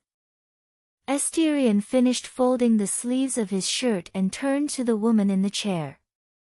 "Let's get started." Asterion smiled coldly as he pulled on white silk gloves. Chapter 170 Torture and Secrets. 2. Important note: this chapter contains R18 scenes of torture and mentions of rape. If you are sensitive to these types of topics, I recommend you do not read it. Sincerely, Prince. Let's begin with a simple question. Asterion held Veruca's face with both gloved hands and looked directly into her eyes. "Who is the leader of your organization?" There was a strange gentleness in his voice, open to the cruel and sadistic nature of the situation they both found themselves in. Looking into his red eyes, Veruca grinned, bared her teeth and spat in his face with a look of nothing but disgust and loathing. "You noble pig, even if you kill me, I won't say anything." She spoke, her voice full of joy at the sight of Asterion's inexpressive face. The spit that had been blocked by Baskerville's barrier fell to the ground and Asterion's lips curled into an amused smile. It was the first time he had seen this woman react like that, especially considering her noble status. That's right, show me your tenacious spirit and your determination, otherwise this would be very boring and we'd be finished very quickly. He spoke in a soft tone as he stepped back slightly. Not caring about the cold look he received from the woman, Asterion continued. You can't know this, but we are a noble house very focused on anatomy. I dare say we are the best wizards on the planet who know the anatomy of all races best. My ancestors and I were so focused on creating gods that we simply studied what could be studied. We know more about the human body than Muggle science itself. From Asterion's shadow, a case appeared on the old wooden table. When the case was opened, silver medical tools seemed to glow with a cold, sharp light. I think you already know what's about to happen. Asterion deftly picked up a scalpel and saw his reflection in the small silver blade. Veruca gave Asterion a cold, arrogant look and spat again, this time on the floor. Asterion was indifferent to the woman's actions. He wanted information and to vent his anger, which was an unfortunate opportunity for Veruca, but as fate once said, fate doesn't care who you are, and it can be very cruel when it wants to be. Honestly, Veritaserum could be useful and I have a few vials, but where's the fun in that? He twirled the scalpel between his fingers with a dexterity that would put an experienced doctor to shame. Asterion approached and forced Veruca's legs apart, lifting her dress under the woman's shocked eyes. The human body has many sensitive areas. An experienced tattooist knows which areas hurt more and which hurt less.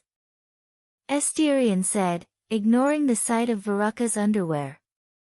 Consequently, the inner thigh is one of the few pains that can make someone scream like a pig being slaughtered. Asterion smiled and, with almost no hesitation, gently slid the scalpel along the inside of her thigh. He could feel her shudder at the cold touch of the blade. Asterion applied a little force and the extremely sharp scalpel sank into the soft flesh, opening it without any difficulty. Arg! A painful groan escaped Veruca's lips as she shuddered at the pain between her legs and looked fearfully at Asterion, who smiled gently at her. In her eyes, he was no different than a demon. Who is the leader of your organization and which noble houses are involved in your little conspiracy?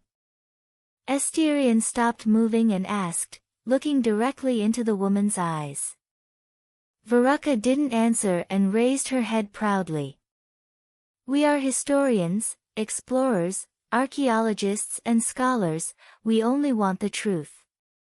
Wrong answer. Asterion spoke calmly and began to move the scalpel again, sinking cruelly into the woman's flesh. There was already a small pool of blood on the chair, obviously he had cut an artery and a major one at that. Veruca fought the pain as she bit her lip, trying to stifle the screams that threatened to escape her lips.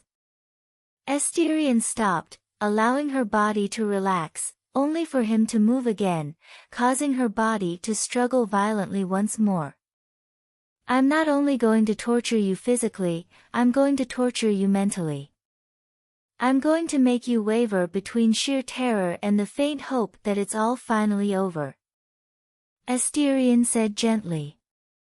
Believe me, you will persevere, for our brains are programmed to persevere under the worst possible conditions. Even the slightest hope will make you endure just to survive. Veruca lifted her head wearily and smiled. Do your best, you noble pig. Before continuing, Asterion asked in a calm tone. I'm curious, why do you hate nobles? You're obviously one, or at least you married an English noble. Married? Veruca practically spat venom when she said those words.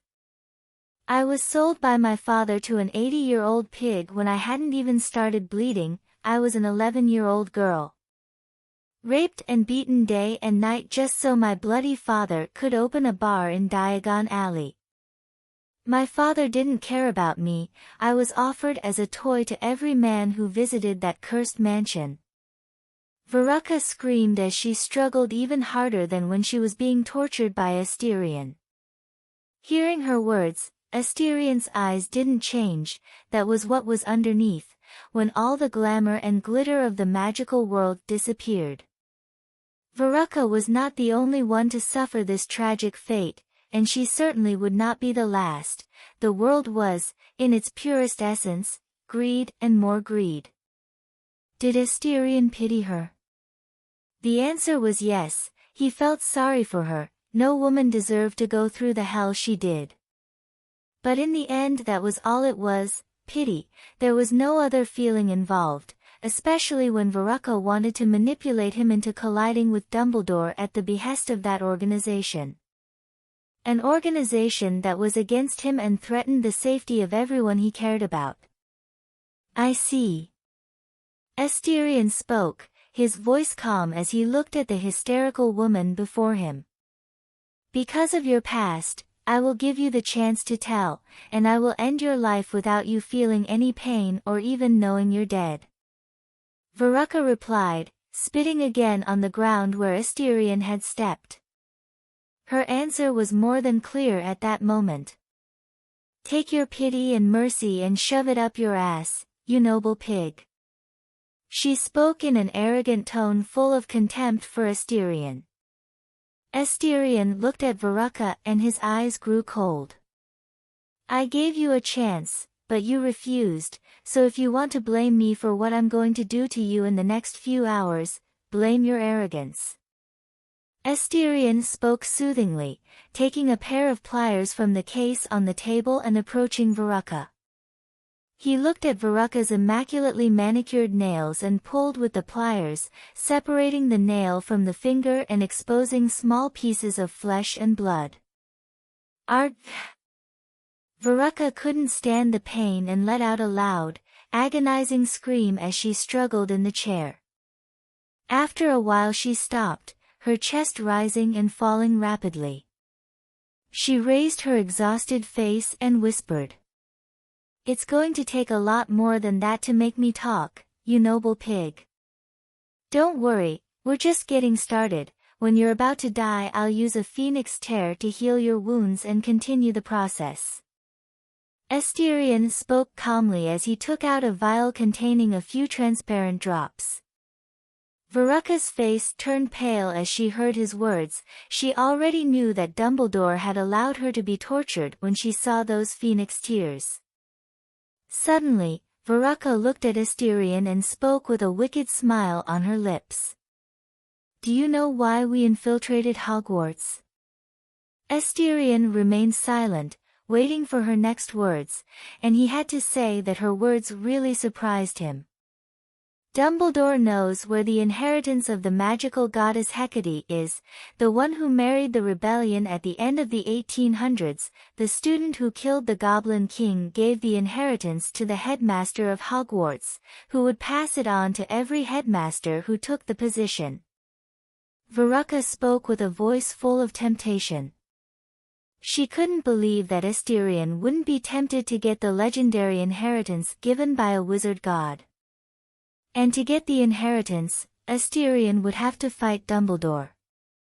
When the battle took place, she would use the remnants of the Goblin King's ancient magic to kill them both.